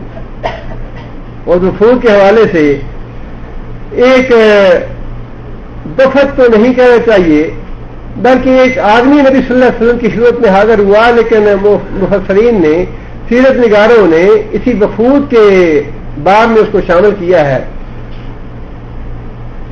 روم کا قبضہ تھا، یہ جتنے بھی قریب علاقے تھے شام اور اردن اور عراق ایران وغیرہ، روم کا قبضہ تھا ان پہ۔ اور اردن کے علاقے پہ ایک رومی کمانڈر گورنر تھا، فروا بن عمر اس کا نام تھا۔ جنگ موتا جب ہوئی تو اس میں آپ کو معلوم ہے کہ مسلمانوں کی طرف سے نبی صلی اللہ علیہ وسلم نے، رومی لوگوں نے نبی صلی اللہ علیہ وسلم کے سفیر کو قتل کر دیا تھا اور نبی صلی اللہ علیہ وسلم نے اس کا بدلہ لینے کے لیے لشکر بھیجا۔ جنگ موتا معروف ہے، اور نبی صلی اللہ علیہ وسلم نے زید بن حارثہ کو، پھر حضرت جعفر کو، پھر اس کے بعد حضرت عبداللہ بن رواحہ کو باری باری کمانڈر مقرر فرمایا کہ تم اگر ایک شہید ہو جائے دوسرا کمان کرے، پھر تیسرا کمان کرے۔ لیکن صورتحال یہ تھی ایک طرف 3000 کا لشکر اور دوسری طرف 2,20,000 نہیں 2,00,000 کا لشکر، ایک طرف 3000 اور دوسری طرف 2,00,000 کا لشکر تھا رومیوں کا، ہر طرح کے اسلحہ سے لیس۔ اور مقابلے سے پہلے مسلمانوں نے یہ سوچ مسلمانوں میں پیدا ہوئی کہ کیا اتنے بڑے لشکر کے سامنے ہمیں جانا چاہیے یا نہیں جانا چاہیے۔ حضرت عبداللہ بن رواحہ نے بڑا ہی ایمان افروز اور جذبہ جہاد سے بھرپور خطبہ دیا، اور اس خطبے کا اثر یہ ہوا کہ سارے کا سارا لشکر مارنے پہ تل گیا، مارنے مرنے پہ کہ ٹھیک ہے یا ماریں گے یا مر جائیں گے۔ اور نبی صلی اللہ علیہ وسلم کو کوئی پیغام نہیں بھیجتے، نہ ہی لشکر واپس جائے گا بلکہ جیسے بھی ہے ٹکر لے گا۔ اور نتیجہ اس کا یہ ہوا کہ زید بن حارثہ شہید ہوئے، حضرت جعفر شہید ہوئے، عبداللہ بن رواحہ شہید ہوئے۔ جھنڈا ایک صحابی نے پکڑ لیا، اسے کہا کہ بھائیو جو اس کا حقدار ہے وہ پکڑے اسے۔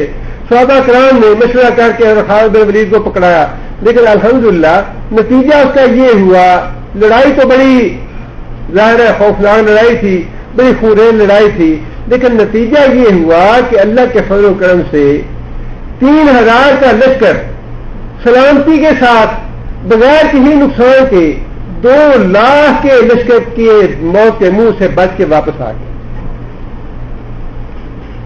حفاظت سے لشکر واپس آ گیا. اب یہ جو کمانڈر تھا ایران کا گورنر، اس نے جب یہ صورتحال دیکھی تو اس کا جتنی بھی وہ اس کی فوجی صلاحیتیں تھیں یا جتنا بھی اس کا فوجی ذہن تھا، وہ سارے کا سارا اس کا جواب دے گیا، کہنے لگا کہ یہ بات جو ہے یہ ممکن نہیں ہے کہ 3000 کا لشکر جو ہے وہ زندہ بچ کے واپس آ جائے. یہ تو خالص اللہ کی نصرت کا معاملہ ہے. 2 لاکھ سے 3000 کا زندہ بچ کے آ جانا یہ اللہ کی نشانیوں میں سے ایک نشانی. اللہ نے ہدایت دینی تھی، گورنر مسلمان ہو گیا. مسلمان ہونے کے بعد وہ خود تو نبی صلی اللہ علیہ وسلم کی خدمت میں حاضر نہیں ہوا، بلکہ اسی 9 ہجری کا واقعہ ہے. اس نے اپنی طرف سے ایک آدمی بھیجا نبی صلی اللہ علیہ وسلم کی خدمت میں، نبی صلی اللہ علیہ وسلم کے لیے کچھ ہدیے بھیجے، اسلام بھیجا اور اپنے مسلمان ہونے کی اطلاع بھیجی، جا کے سامنے اطلاع وغیرہ دی. لیکن اس کے ساتھ معاملہ کیا ہوا، جب کیسر روم کو پتا چلا کہ گورنر مسلمان ہو گیا ہے تو اس نے فوراً ہی حکم دیا گرفتار کرنے کا.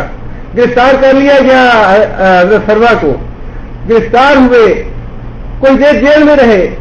اس کے بعد کیسر روم نے کہا کہ اس کے سامنے 2 باتیں پیش کرو، یا تو اسلام سے پھر کے دوبارہ عیسائیت میں آ جائے اور اس کو چھوڑ دو، اور اگر واپس نہیں آتا تو اسے قتل کر. چنانچہ دونوں باتیں حضرت سروا کے سامنے پیش کی گئیں کہ یا تو عیسائیت قبول کرو یا مرنے کے لیے تیار ہو. اب ایمان تو یہ ہے کہ جب ایک دفعہ دل میں بیٹھ جائے تو وہی حضرت بلال والا حال ہو جاتا ہے. خباب بن ارت رضی اللہ تعالیٰ والی بات ہے، کوئلوں پہ لیٹنا قبول ہے، تپتی پتھر پہ اور آگ پہ لیٹنا قبول ہے، لیکن ایمان چھوڑنا، آدھ ہاتھ چھوڑنا قبول نہیں ہے. وہی معاملہ فرما نے بھی کیا. اس نے کہا قتل کرتے ہو قتل کر دو، گولی مارتے ہو گولی مار دو، جیل میں رکھنا ہے جیل میں رکھو، جو مرضی کرنا کر لو، لیکن میں محمد صلی اللہ علیہ وسلم کا کلمہ نہیں چھوڑوں گا، دین پہ قائم رہوں گا. چنانچہ وہ اللہ کا بندہ دین پہ قائم رہا، قتل کر دیا عیسائی حکومت نے اسے. اسی طرح تقریباً 17 وفود کا ذکر ہے کہ 17 وفود جو ہیں وہ اس عرصے میں رسول اکرم صلی اللہ علیہ وسلم کی خدمت میں حاضر ہوئے اور از خود اسلام لائے، اور اسی کا ذکر اللہ تعالیٰ نے یہاں فرمایا ہے. اور آگے پھر یہ بات ارشاد فرمائی کہ جو مشن ہم نے آپ کو دیا تھا وہ مشن اللہ تعالیٰ نے اپنے فضل سے اپنی توفیق سے آپ کے ہاتھوں پورا کروا دیا. اب اس مشن کے پورا ہونے کا تقاضا یہ ہے کہ آپ اللہ تعالیٰ کا شکر ادا کریں، اور شکر ادا کرنے کا طریقہ بھی بتا دیا.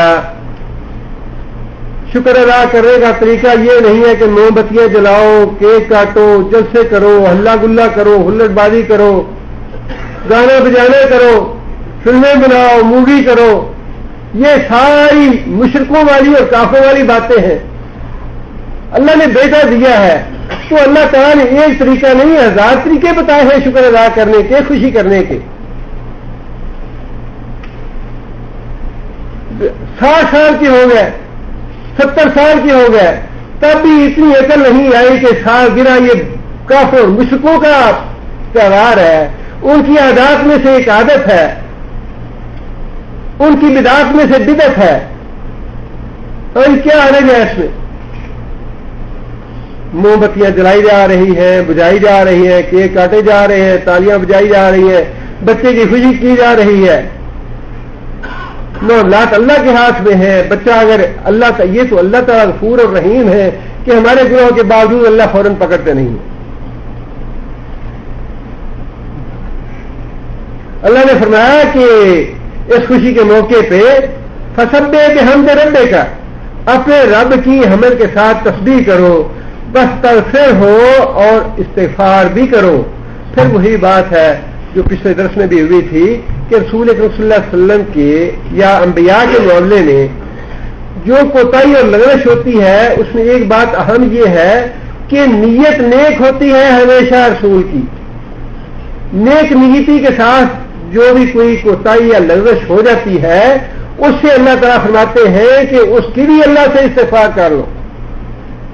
نبی صلی اللہ علیہ وسلم کا اندھے آدمی سے منہ موڑنا یا کچھ دیر کے لیے بے رخی برتنا یا توجہ دوسری طرف کر لینا، معاذ اللہ حضرت عبداللہ بن ام مکتوم کی حقارت کی وجہ سے یا توہین کی وجہ سے یا انہیں چھوٹا سمجھنے کی وجہ سے نہیں تھی. نیت نبی صلی اللہ علیہ وسلم کی بہت اچھی تھی. نیت یہ تھی کہ بھئی یہ تو مسلمان ہے، اور اگر یہ کافروں کے سردار بھی مسلمان ہو جائیں، ان پہ کسی بات کا اثر ہو جائے تو دین کا بڑا بھلا ہو جائے گا. دین کی نصیحت مطلوب تھی نبی صلی اللہ علیہ وسلم کے دل میں. لیکن نیت اچھی ہونے کے باوجود اللہ تعالیٰ کو یہ بات پسند نہ آئی. اللہ تعالیٰ نے اس سے معاوضہ فرمایا. ایسی چھوٹی چھوٹی باتیں رسول سے یا انبیاء سے جو بھی ہوئی دین کو غالب کرنے کے معاملے میں، لوگوں کے ساتھ معاملہ کرنے کے معاملے میں، یا جیسے بھی کوئی معاملہ تھا اس کے بارے میں پھر اللہ فرماتے ہیں واستغفرہ کہ اللہ تعالیٰ سے استغفار بھی کیجیے. شکر ادا کرنے کا بہت اچھا طریقہ یہ ہے کہ انسان اپنی زبان سے حمد و ثنا کرے اللہ تعالیٰ کی. نبی صلی اللہ علیہ وسلم نے فرمایا کہ افضل الشکر الحمدللہ، اور پھر اس کے دوسرے جو فضائل ہیں نبی صلی اللہ علیہ وسلم نے فرمایا کہ میں جب معراج کے موقع پہ آسمانوں پہ گیا تو میری ملاقات حضرت ابراہیم علیہ الصلوۃ والسلام سے ہوئی.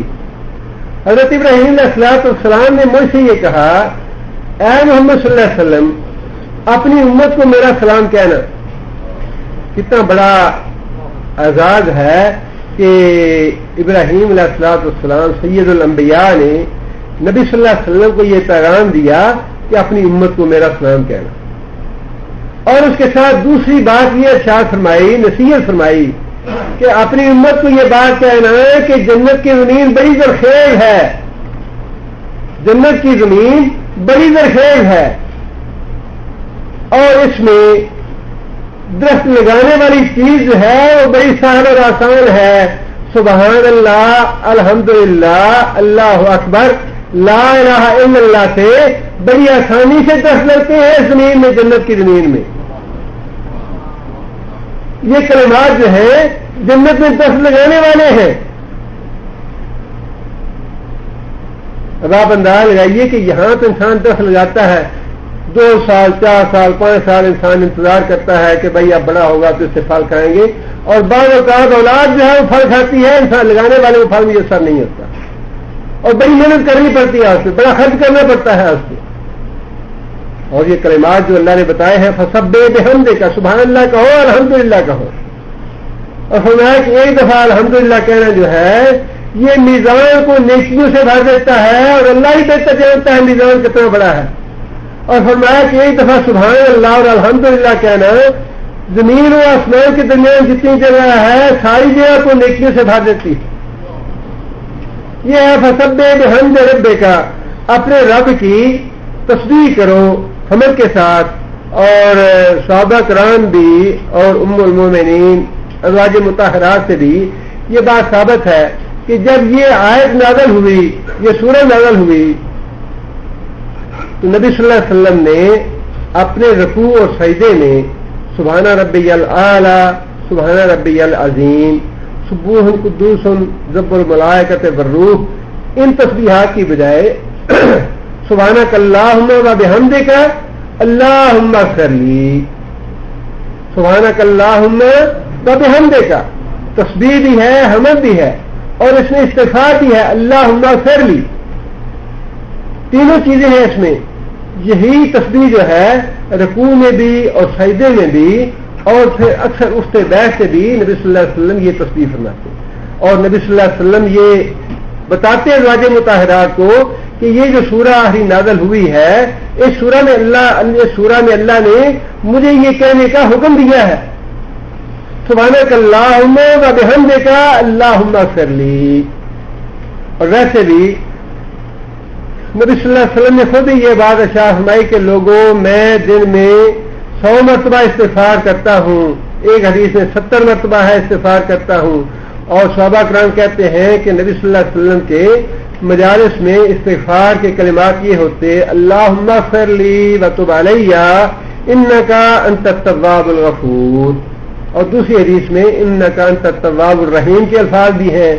وہ کلمات ہوں یا یہ کلمات ہوں، لیکن یہ بھی اللہ تعالیٰ نے اپنی نعمتوں کے شکر کے نتیجے میں کلمات کہنے کا حکم دیا ہے. اللہ تعالیٰ جب نعمتیں دیں، جب کوئی خوشی دے، تو اس خوشی کے ادا کرنے کا طریقہ یہ ہے کہ اللہ کی حمد و ثنا کرو، اللہ سے توبہ استغفار کرو، اپنے گناہوں کی معافی مانگو اللہ سے.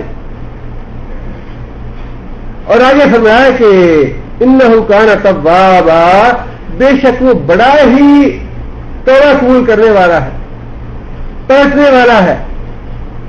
اور حدیث میں رسول اللہ صلی اللہ علیہ وسلم نے بہت سی احادیث فرمائی ہیں. اللہ تعالیٰ دن کے وقت بھی اپنا ہاتھ پھیلاتے ہیں کہ جو آدمی گناہگار ہیں، توبہ کرنا چاہتے ہیں، استغفار کرنا چاہتے ہیں، وہ توبہ اور استغفار کریں اور میں ان کے گناہ معاف کروں. رات کو بھی اللہ تعالیٰ اپنا ہاتھ پھیلاتے ہیں کہ جو لوگ توبہ استغفار کرنے والے ہیں وہ توبہ استغفار کریں، میں ان کی توبہ قبول کروں. ایک حدیث میں نبی صلی اللہ علیہ وسلم فرمایا کہ اللہ فرماتے ہیں اے میرے بندے، اگر تیرے گناہ جو ہیں وہ زمین آسمان کے کناروں کو بھی بھر دیں، اتنے گناہ تم میرے پاس لے کے آؤ کہ اس سے زمین اور آسمان کے کنارے بھر جائیں، بشرطے کہ تم نے شرک نہ کیا ہو، اور تم مجھ سے اپنے گناہوں کی معافی مانگو، توبہ کرو، استغفار کرو، تو میں تمہارے سارے گناہ معاف کر دوں گا. دوسری حدیث میں نبی صلی اللہ علیہ وسلم فرمایا کہ جب تک سورج مشرق کی بجائے مغرب سے طلوع نہیں ہوتا، اللہ نے توبہ کا دروازہ کھلا رکھا. اور فرد کے لیے بھی فرمایا کہ معلوم یغیر، جب تک انسان کا نظر کا عالم نہیں آتا اس وقت تک اللہ تعالیٰ نے ہر انسان کے لیے توبہ کا دروازہ کھلا رکھا. اور یہ اللہ تعالیٰ ہی حکیم ہے، علیم ہے، خبیر ہے، قادر ہے، اور اللہ ہی بہتر جانتے ہیں. ایک آدمی 70 سال 80 سال ساری گناہ کی زندگی بسر کرتا رہتا ہے، آخر میں اللہ تعالیٰ اس کو ہدایت اور توبہ استغفار نصیب کر دیتے ہیں. اللہ تعالیٰ اس کی گزشتہ زندگی کے گناہوں کو کیسے کمپنسیٹ کریں گے؟ جن پہ حق مارے، جن پہ ظلم کیا، جن پہ غصب کیے، جن کی غیبت کی، جن کے ساتھ بدعہدیاں کی، جن کے ساتھ جھوٹ بولا، اللہ تعالیٰ اس کی تلافی کیسے فرمائیں گے؟ اللہ تعالیٰ کے لیے کچھ بھی مشکل نہیں ہے. اور نبی صلی اللہ علیہ وسلم نے فرمایا کہ اللہ تعالیٰ کو جب انسان توبہ کرتا ہے تو اللہ کو خوشی ہوتی ہے. انسان کو بھی خوشی تو یقیناً حاصل ہوتی ہے، لیکن فرمایا کہ جب بندہ توبہ کرتا ہے اللہ کو خوشی حاصل ہوتی ہے. اللہ اتنا خوش ہوتے ہیں کہ ایک آدمی کا سامان سفر گم ہو جائے اور وہ مایوس ہو جائے، اور پھر اچانک اسے وہ سامان سفر سارے کا سارا مل جائے، اور انسان خوشی سے یہ کہہ اٹھے کہ یا اللہ تو میرا بندہ، میں تیرا رب. یہی اسے کہنا تو یہ چاہیے کہ یا اللہ تو میرا رب ہے، کتنا مہربان رب ہے، اور میں تیرا بندہ ہوں. لیکن خوشی میں اسے یہ بات سوچتی نہیں، ایسے بے ہوشی میں یا حواس کھو کے یہ الفاظ اس کی زبان سے نکل جاتے ہیں، یا اللہ میں کہہ رہا تو میرا بندہ. اتنا خوش ہوتا ہے وہ. نبی صلی اللہ علیہ وسلم نے فرمایا کہ اللہ اس سے بھی زیادہ خوش ہوتے ہیں جب بندہ توبہ کر کے گناہوں سے پلٹ کے واپس آ جاتا ہے. اس لیے فرمایا کہ اے محمد صلی اللہ علیہ وسلم انہ کان توابا، اللہ تعالیٰ بہت ہی توبہ قبول کرنے والے ہیں. اپنے اللہ کی نعمتوں کا، اللہ کے احسانات کا شکر یہ ہے، اللہ کی حمد و ثنا کریں، اللہ کے استغفار کریں.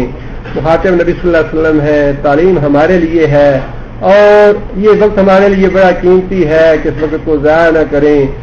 انسان نبی صلی اللہ علیہ وسلم کی نصیحت ہے کہ گھر میں بیٹھو اور گھر میں بیٹھ کے زیادہ باتیں نہ کرو، اپنے گناہوں کو یاد کر کے روتے رہا کرو، اپنے گناہوں کو یاد کر کے روتے رہا کرو. اللہ سے توبہ استغفار راستہ ایک ہی ہے اور کوئی دوسرا راستہ نہیں ہے، کوئی دوسرا شارٹ کٹ نہیں ہے. نظر دے دے، نیاز دے دے، پیر صاحب کو خوش کر لیں، حضرت صاحب کو خوش کر لیں، مولوی صاحب کو خوش کر لیں، کوئی راستہ نہیں ہے. راستہ صرف ایک ہے، اللہ کو راضی کریں، آنسو بہا بہا کے، رو رو کے، گڑ گڑا کے اللہ کو راضی کر لیں، توبہ استغفار کریں. اس کے علاوہ دوسرا کوئی راستہ نہیں. اللہ تعالیٰ ہمیں اس کی توفیق عطا فرمائے. سبحان ربک رب العزت عما یصفون، سلام علی المرسلین، والحمد للہ رب العالمین.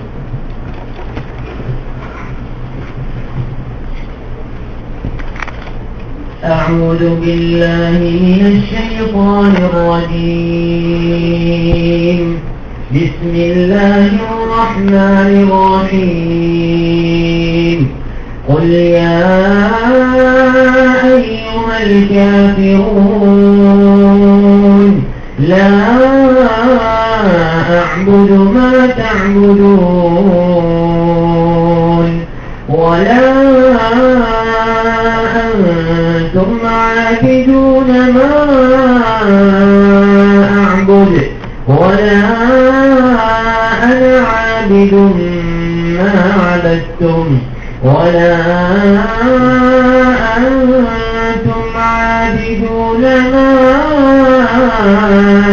أعبد لكم دينكم ولي دين. بسم الله الرحمن الرحيم. إذا جاء نصر الله والفتح ورأيت الناس يدخلون في دين الله أفواجا فسبح بحمد ربك واستغفره إنه كان توابا.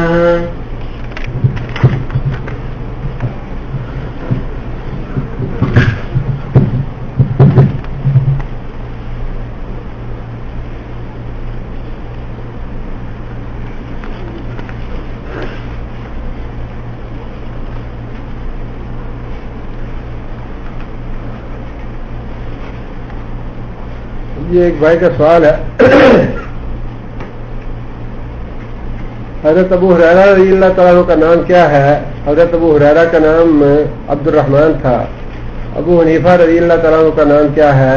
حضرت ابو حنیفہ رحمۃ اللہ علیہ کا نام نعمان بن ثابت تھا. حضرت ابوبکر صدیق رضی اللہ تعالیٰ عنہ کا نام بھی شاید حضرت عبد الرحمن ہی ہے. جی عبداللہ. ہاں عبداللہ ہے. حضرت ابوبکر صدیق کا نام عبداللہ ہے, حضرت ابو ہریرہ کا نام عبد الرحمن ہے, اور حضرت ابو حنیفہ کا نام حضرت نعمان بن ثابت ہے. اگر دعا میں یہ کہوں کہ اے اللہ جس طرح تو نے فلاں کو دیا ہے اسی طرح مجھے بھی عطا کر, کیا اس صورت کا وسیلہ جائز ہے؟ یہ کہنا تو جائز ہے لیکن یہ وسیلہ نہیں ہے. وسیلہ یہ ہے کہ آپ یہ کہیں کہ یا اللہ فلاں بزرگ کے وسیلے سے, اس کی بزرگی کی وجہ سے, اس کے صدقے مجھے یہ چیز عطا کر, یہ ہے وسیلہ. لیکن یوں کہنا کہ یا اللہ جو چیز تو نے فلاں کو دی ہے وہ مجھے بھی عطا کر, یہ بالکل جائز ہے اور یہ وسیلہ نہیں ہے. عقیقہ کا گوشت کیسے تقسیم کیا جائے؟ عقیقہ کا گوشت پکا کے کھلا دینا یہ بھی درست ہے, اور گوشت ویسے احباب میں تقسیم کر دینا دونوں طرح درست ہے. خطرہ جو ہے یہ 7ویں دن بھی سنت ہے اور انشاءاللہ 14ویں دن بھی سنت ہے, اس کے بعد پھر سنت سے ثابت نہیں. مولود کے ایک کان میں اذان اور دوسرے میں اقامت ثابت ہے. مولود کے کان میں اذان کہنا صحیح حدیث سے ثابت ہے, اقامت والی حدیث ضعیف ہے, لیکن کیونکہ اس کے مقابلے میں اس کی تبدیل والی کوئی دوسری حدیث قوی نہیں ہے, لہذا علماء اور فضلاء نے اس ضعیف حدیث پہ بھی عمل کیا ہے. لہذا انشاءاللہ اس حدیث پہ عمل کرنے میں قطعاً کوئی حرج نہیں کہ دائیں کان میں اذان کہی جائے اور بائیں میں اقامت کہی جائے, تو انشاءاللہ یہ درست ہے. کیا انسان مرنے سے قبل توبہ کر لے تو شرک کا گناہ معاف نہیں ہوگا؟ مرنے سے پہلے شرک کا گناہ ہی تو ہے جسے توبہ کرنے کا بار بار حکم دیا گیا ہے. کون سا ایسا گناہ ہے جو اللہ معاف نہیں کرتے؟ کوئی بھی گناہ ایسا نہیں. یہی تو بات اللہ نے فرمائی کہ موت سے پہلے جو بھی آدمی توبہ کرے, خواہ وہ شرک ہے یا شرک کے علاوہ ہے, اللہ اس کو معاف کریں گے. وہ جو حدیث ہے اس میں یہ ہے کہ میں گناہ معاف کروں گا بشرطے کہ انسان مرنے سے پہلے شرک سے توبہ کر لے. اگر شرک کی حالت میں مر گیا تو پھر اس کے لیے مغفرت نہیں ہے. ایک بھائی نے لکھا ہے میرے اوپر قرض ہے, دعا کرے اللہ میرا قرض ختم کرے, اور دعا کرے میری بہن کو اللہ شفا ادا کرے. اللہ تعالیٰ شفا علاج کاملہ عطا فرمائے اور اللہ تعالیٰ کے لیے سہولت اور آسانی پیدا فرمائے. اور نبی صلی اللہ علیہ وسلم نے قرض ادا کرنے کے لیے جو دعا بتائی ہے وہ باقاعدگی کے ساتھ اس کا وظیفہ کیا کریں 5 نمازوں کے بعد اور صبح شام کے اذکار کے ساتھ. انشاءاللہ اللہ تعالیٰ اپنی رحمت سے اپنے فضل سے قرض ادا فرما دیں گے. اگر 4 رکعت والی نماز میں چوتھی رکعت پر کھڑا ہو گیا تو اب کیا کرے؟ چوتھی رکعت کے بعد اگر کھڑا ہو گیا غلطی سے تو وہ رکعت مکمل کرے اور اس کے بعد سجدہ سہو کر لے۔ سنت سے سینہ ملانا ایک مرتبہ ثابت ہے یا 3 مرتبہ؟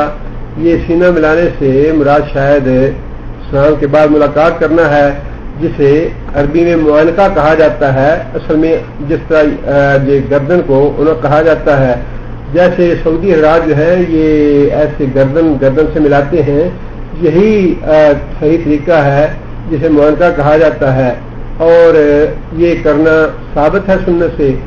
1 مرتبہ یا 3 مرتبہ اس کے بارے میں مجھے واضح نہیں ہے، لیکن 1 مرتبہ سنت سے ثابت ہے، اور انشاءاللہ امید یہ ہے کہ اس سے اجر و ثواب مل جائے گا سنت کا۔ غیر مسلم لڑکی سے شادی کرنا صحیح ہے یا نہیں جبکہ وہ مسلمان ہونے کے لیے تیار ہے؟ کفر کی حالت میں نکاح کرنا جائز نہیں۔ اگر کوئی کرنا چاہتا ہے تو پہلے مسلمان کر لے، پہلے مسلمان ہو جائے، اور مسلمان بھی شادی کی غرض سے نہ ہو بلکہ اپنے دل سے اسلام قبول کرے، اپنی رضا و رغبت سے، بغیر کسی جبر کے، بغیر کسی لالچ کے اسلام قبول کرے، اور پھر اس کے بعد اس سے نکاح جائز ہے انشاءاللہ۔ سنت مؤکدہ ترک کر دے تو کیا قضا کرنی چاہیے؟ قضا کی جائے تو بہتر ہے، لیکن اگر کسی شرعی عذر کی وجہ سے سنت مؤکدہ رہ جائے تو انشاءاللہ اس پہ کوئی گناہ یا وبال نہیں ہوگا، لیکن بلا جواز بلا وجہ سنت مؤکدہ ترک نہیں کرنا چاہیے، اور اگر اس کی قضا کی جائے تو وہ احسن ہے، افضل ہے انشاءاللہ۔ مسافہ دونوں ہاتھوں سے کرنا صحیح ہے یا ایک ہاتھ سے؟ ایک ہاتھ سے بھی جائز ہے، 2 ہاتھ سے بھی انشاءاللہ جائز ہے، دونوں طرح درست ہے۔ میں سمندر اور جنگل کی زیادہ خواب دیکھتا ہوں، اس کی تعبیر کیا ہے؟ تعبیر کے معاملے میں مجھے علم نہیں ہے، واللہ اعلم بالصواب۔ کسی عالم آدمی سے یہ سوال پوچھ لیجیے۔ کسی بزرگ یا عالم کے ہاتھوں پر بیعت یا مرید ہونا صحیح ہے یا نہیں؟ اسلام میں اس کی گنجائش ہے، لیکن یہ ہر آدمی کے لیے واجب نہیں۔ اگر کوئی موقع ایسا ہو کہ حاکم یا امیر جیش بیعت لینا چاہے، یا کوئی عالم آدمی کسی خاص مسئلے کے لیے، خاص مشن کے لیے بیعت لینا چاہے تو اس کی گنجائش ضرور ہے انشاءاللہ۔ جس طرح تحریک شہیدین میں سید اسماعیل شہید رحمۃ اللہ علیہ جو تھے، انہوں نے بیعت لی لوگوں سے، سید احمد شہید نے، لیکن وہ خاص جہاد کے لیے تھی، غلبہ اسلام کے لیے تھی، ایسی تحریک تھی جس کے بارے میں علماء اور فضلاء نے یہاں تک لکھا ہے کہ صحابہ کرام کے بعد سب سے بہتر، سب سے سچی، خالص اللہ کے لیے اگر کوئی تحریک اٹھی ہے تو وہ تحریک شہیدین۔ اگر ایسا مشن ہے واقعی جان مال اور گھر بار کی بازی لگا دینے والا اللہ کے دین کے لیے خلوص کے ساتھ، تو اس کے لیے بیعت کی انشاءاللہ گنجائش ہے۔ لیکن جو یہ رواجی بیعت ہے یہ بیعت ثابت نہیں ہے، اور نہ ہی اس بیعت کا کوئی جواز ہے کہ بیعت کرنے کے بعد انسان یہ سمجھ لے یہ ہاتھ پہ ہاتھ دے دیا سیدھے جنت میں چلے جائیں گے۔ نہ بیعت لینے والوں کو پتا ہے کہ جنت کیا چیز ہے، نہ بات پکڑنے دینے والوں کو پتا ہے کہ جنت کیسے ملتی ہے، اس لیے اس کا ثبوت نہیں ہے۔ سورہ حشر کی آخری 2 آیتوں کی کیا فضیلت ہے؟ صبح و شام 3 بار پڑھنے سے کیا فضیلت ہے؟ اصل میں سورہ حشر کی هو اللہ لا الہ الا هو عالم الغیب والشہادہ والرحمن الرحیم جو آخری آیتیں ہیں 2، ان کی فضیلت والی حدیث ضعیف ہے کہ جو آدمی رات کو پڑھے گا اس کو شہید ہونے کا اجر و ثواب ملے گا، جو صبح کو پڑھے گا وہ شام سے پہلے اگر مر جائے تو شہید ہونے کا ثواب ملے گا۔ یہ حدیث جو ہے وہ ضعیف ہے، لیکن محققین نے اس کو مرسل کی حد تک صحیح کہا ہے۔ اس لیے جہاں تک میری ناقص رائے ہے وہ یہ ہے کہ اگر اس حدیث پہ عمل کیا جائے، لوگوں کو رغبت تو نہیں دلانی چاہیے، لیکن جو آدمی پڑھ لیتا ہے اور اس پہ عمل کرنا چاہتا ہے تو امید ہے کہ انشاءاللہ اس کو اس کا اجر و ثواب ملے گا، اس لیے کہ مرسل کے حوالے سے شیخ البانی نے اس کو صحیح کہا ہے انشاءاللہ۔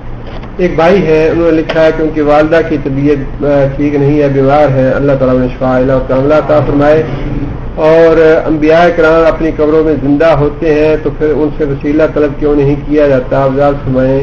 اس سے پہلے میں نے عرض کیا ہے کئی بار یہ مسئلہ زیر بحث آیا ہے کہ وہ زندگی ایسی نہیں ہے. جب ہم زندہ کا لفظ استعمال کرتے ہیں تو فوراً ذہن میں یہ بات آتی ہے جیسی آج ہماری زندگی ہے ویسے وہ زندگی. زندگی حشر کی بھی ہے، زندگی یہ بھی ہے، اور زندگی ماں کے پیٹ والی بھی ہے، اور قیامت کے بعد کی زندگی بھی ہے جب حشر کے بعد لوگ اٹھائے جائیں گے. اب ہمیں جب ماں کے پیٹ میں تھے اس وقت اگر ہمیں کوئی یہ بتاتا کہ تم ایک ایسی دنیا میں جانے والے ہو جہاں اتنا بڑا سورج ہے، چاند ہے، ستارے ہیں، زمین ہے، آسمان ہے، اس پیٹ کی زندگی میں انسان کو اس زندگی کا شعور نہیں ہے. انسان سمجھنے کے لیے تیار، اگر اللہ عقل دے یا شعور دے، انسان اس زندگی میں یہ سمجھنے سے قاصر رہے گا، نہیں سمجھ پائے گا. بالکل یہی معاملہ ایسا ہے. اللہ نے فرمایا ہے وَلَٰكِن لَا تَشْعُرُونَ کہ وہ زندگی تو ہے لیکن اس زندگی کا تمہیں شعور نہیں ہے.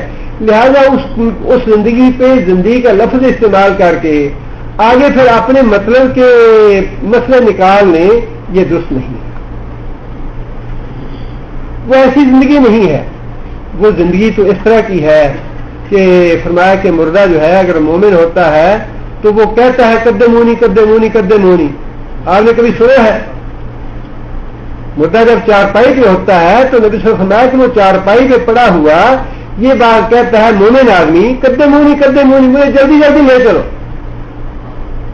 ثابت ہے حدیث سے. یہ کبھی سنا ہے آپ نے جو چارپائی پہ مومن آدمی رکھا ہو، کبھی اس کے زبان سے الفاظ سنے ہیں؟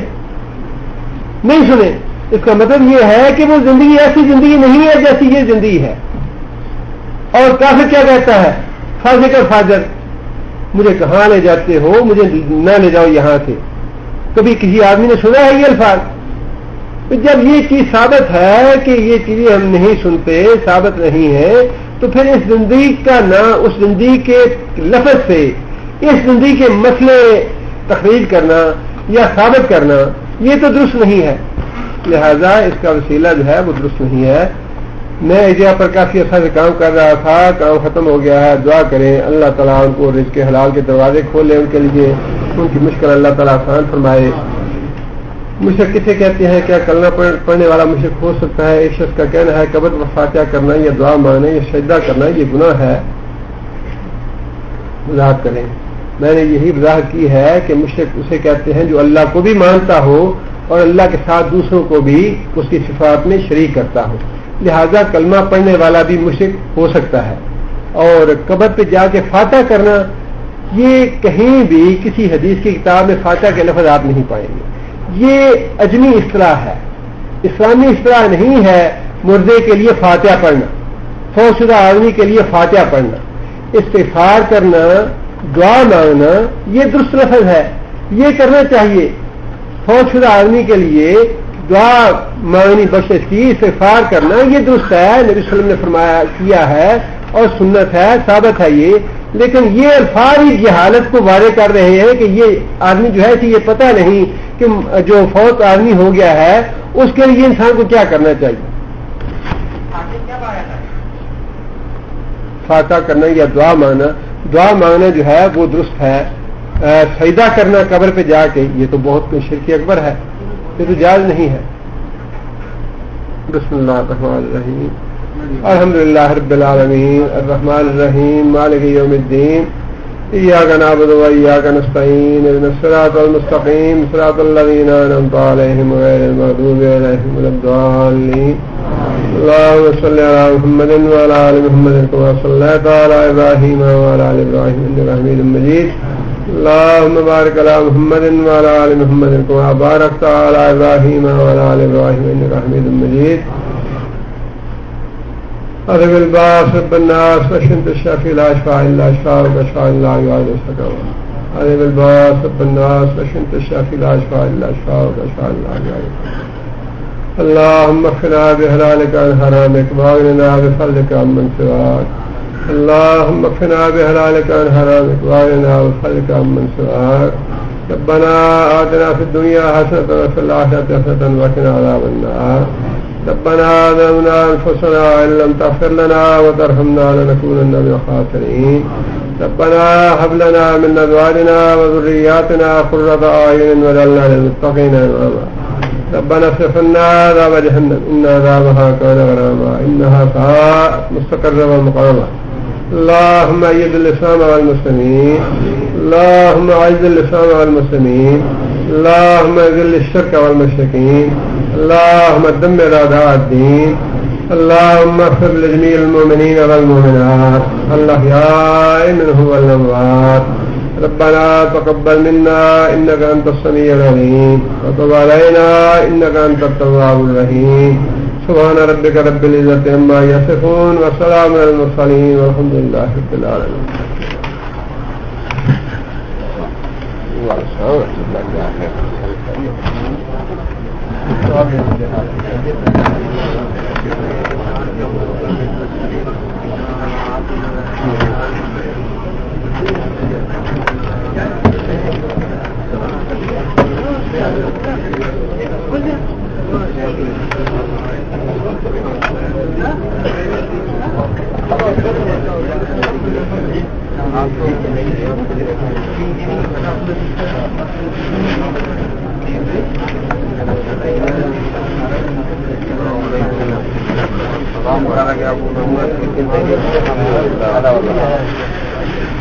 یہ بات کیا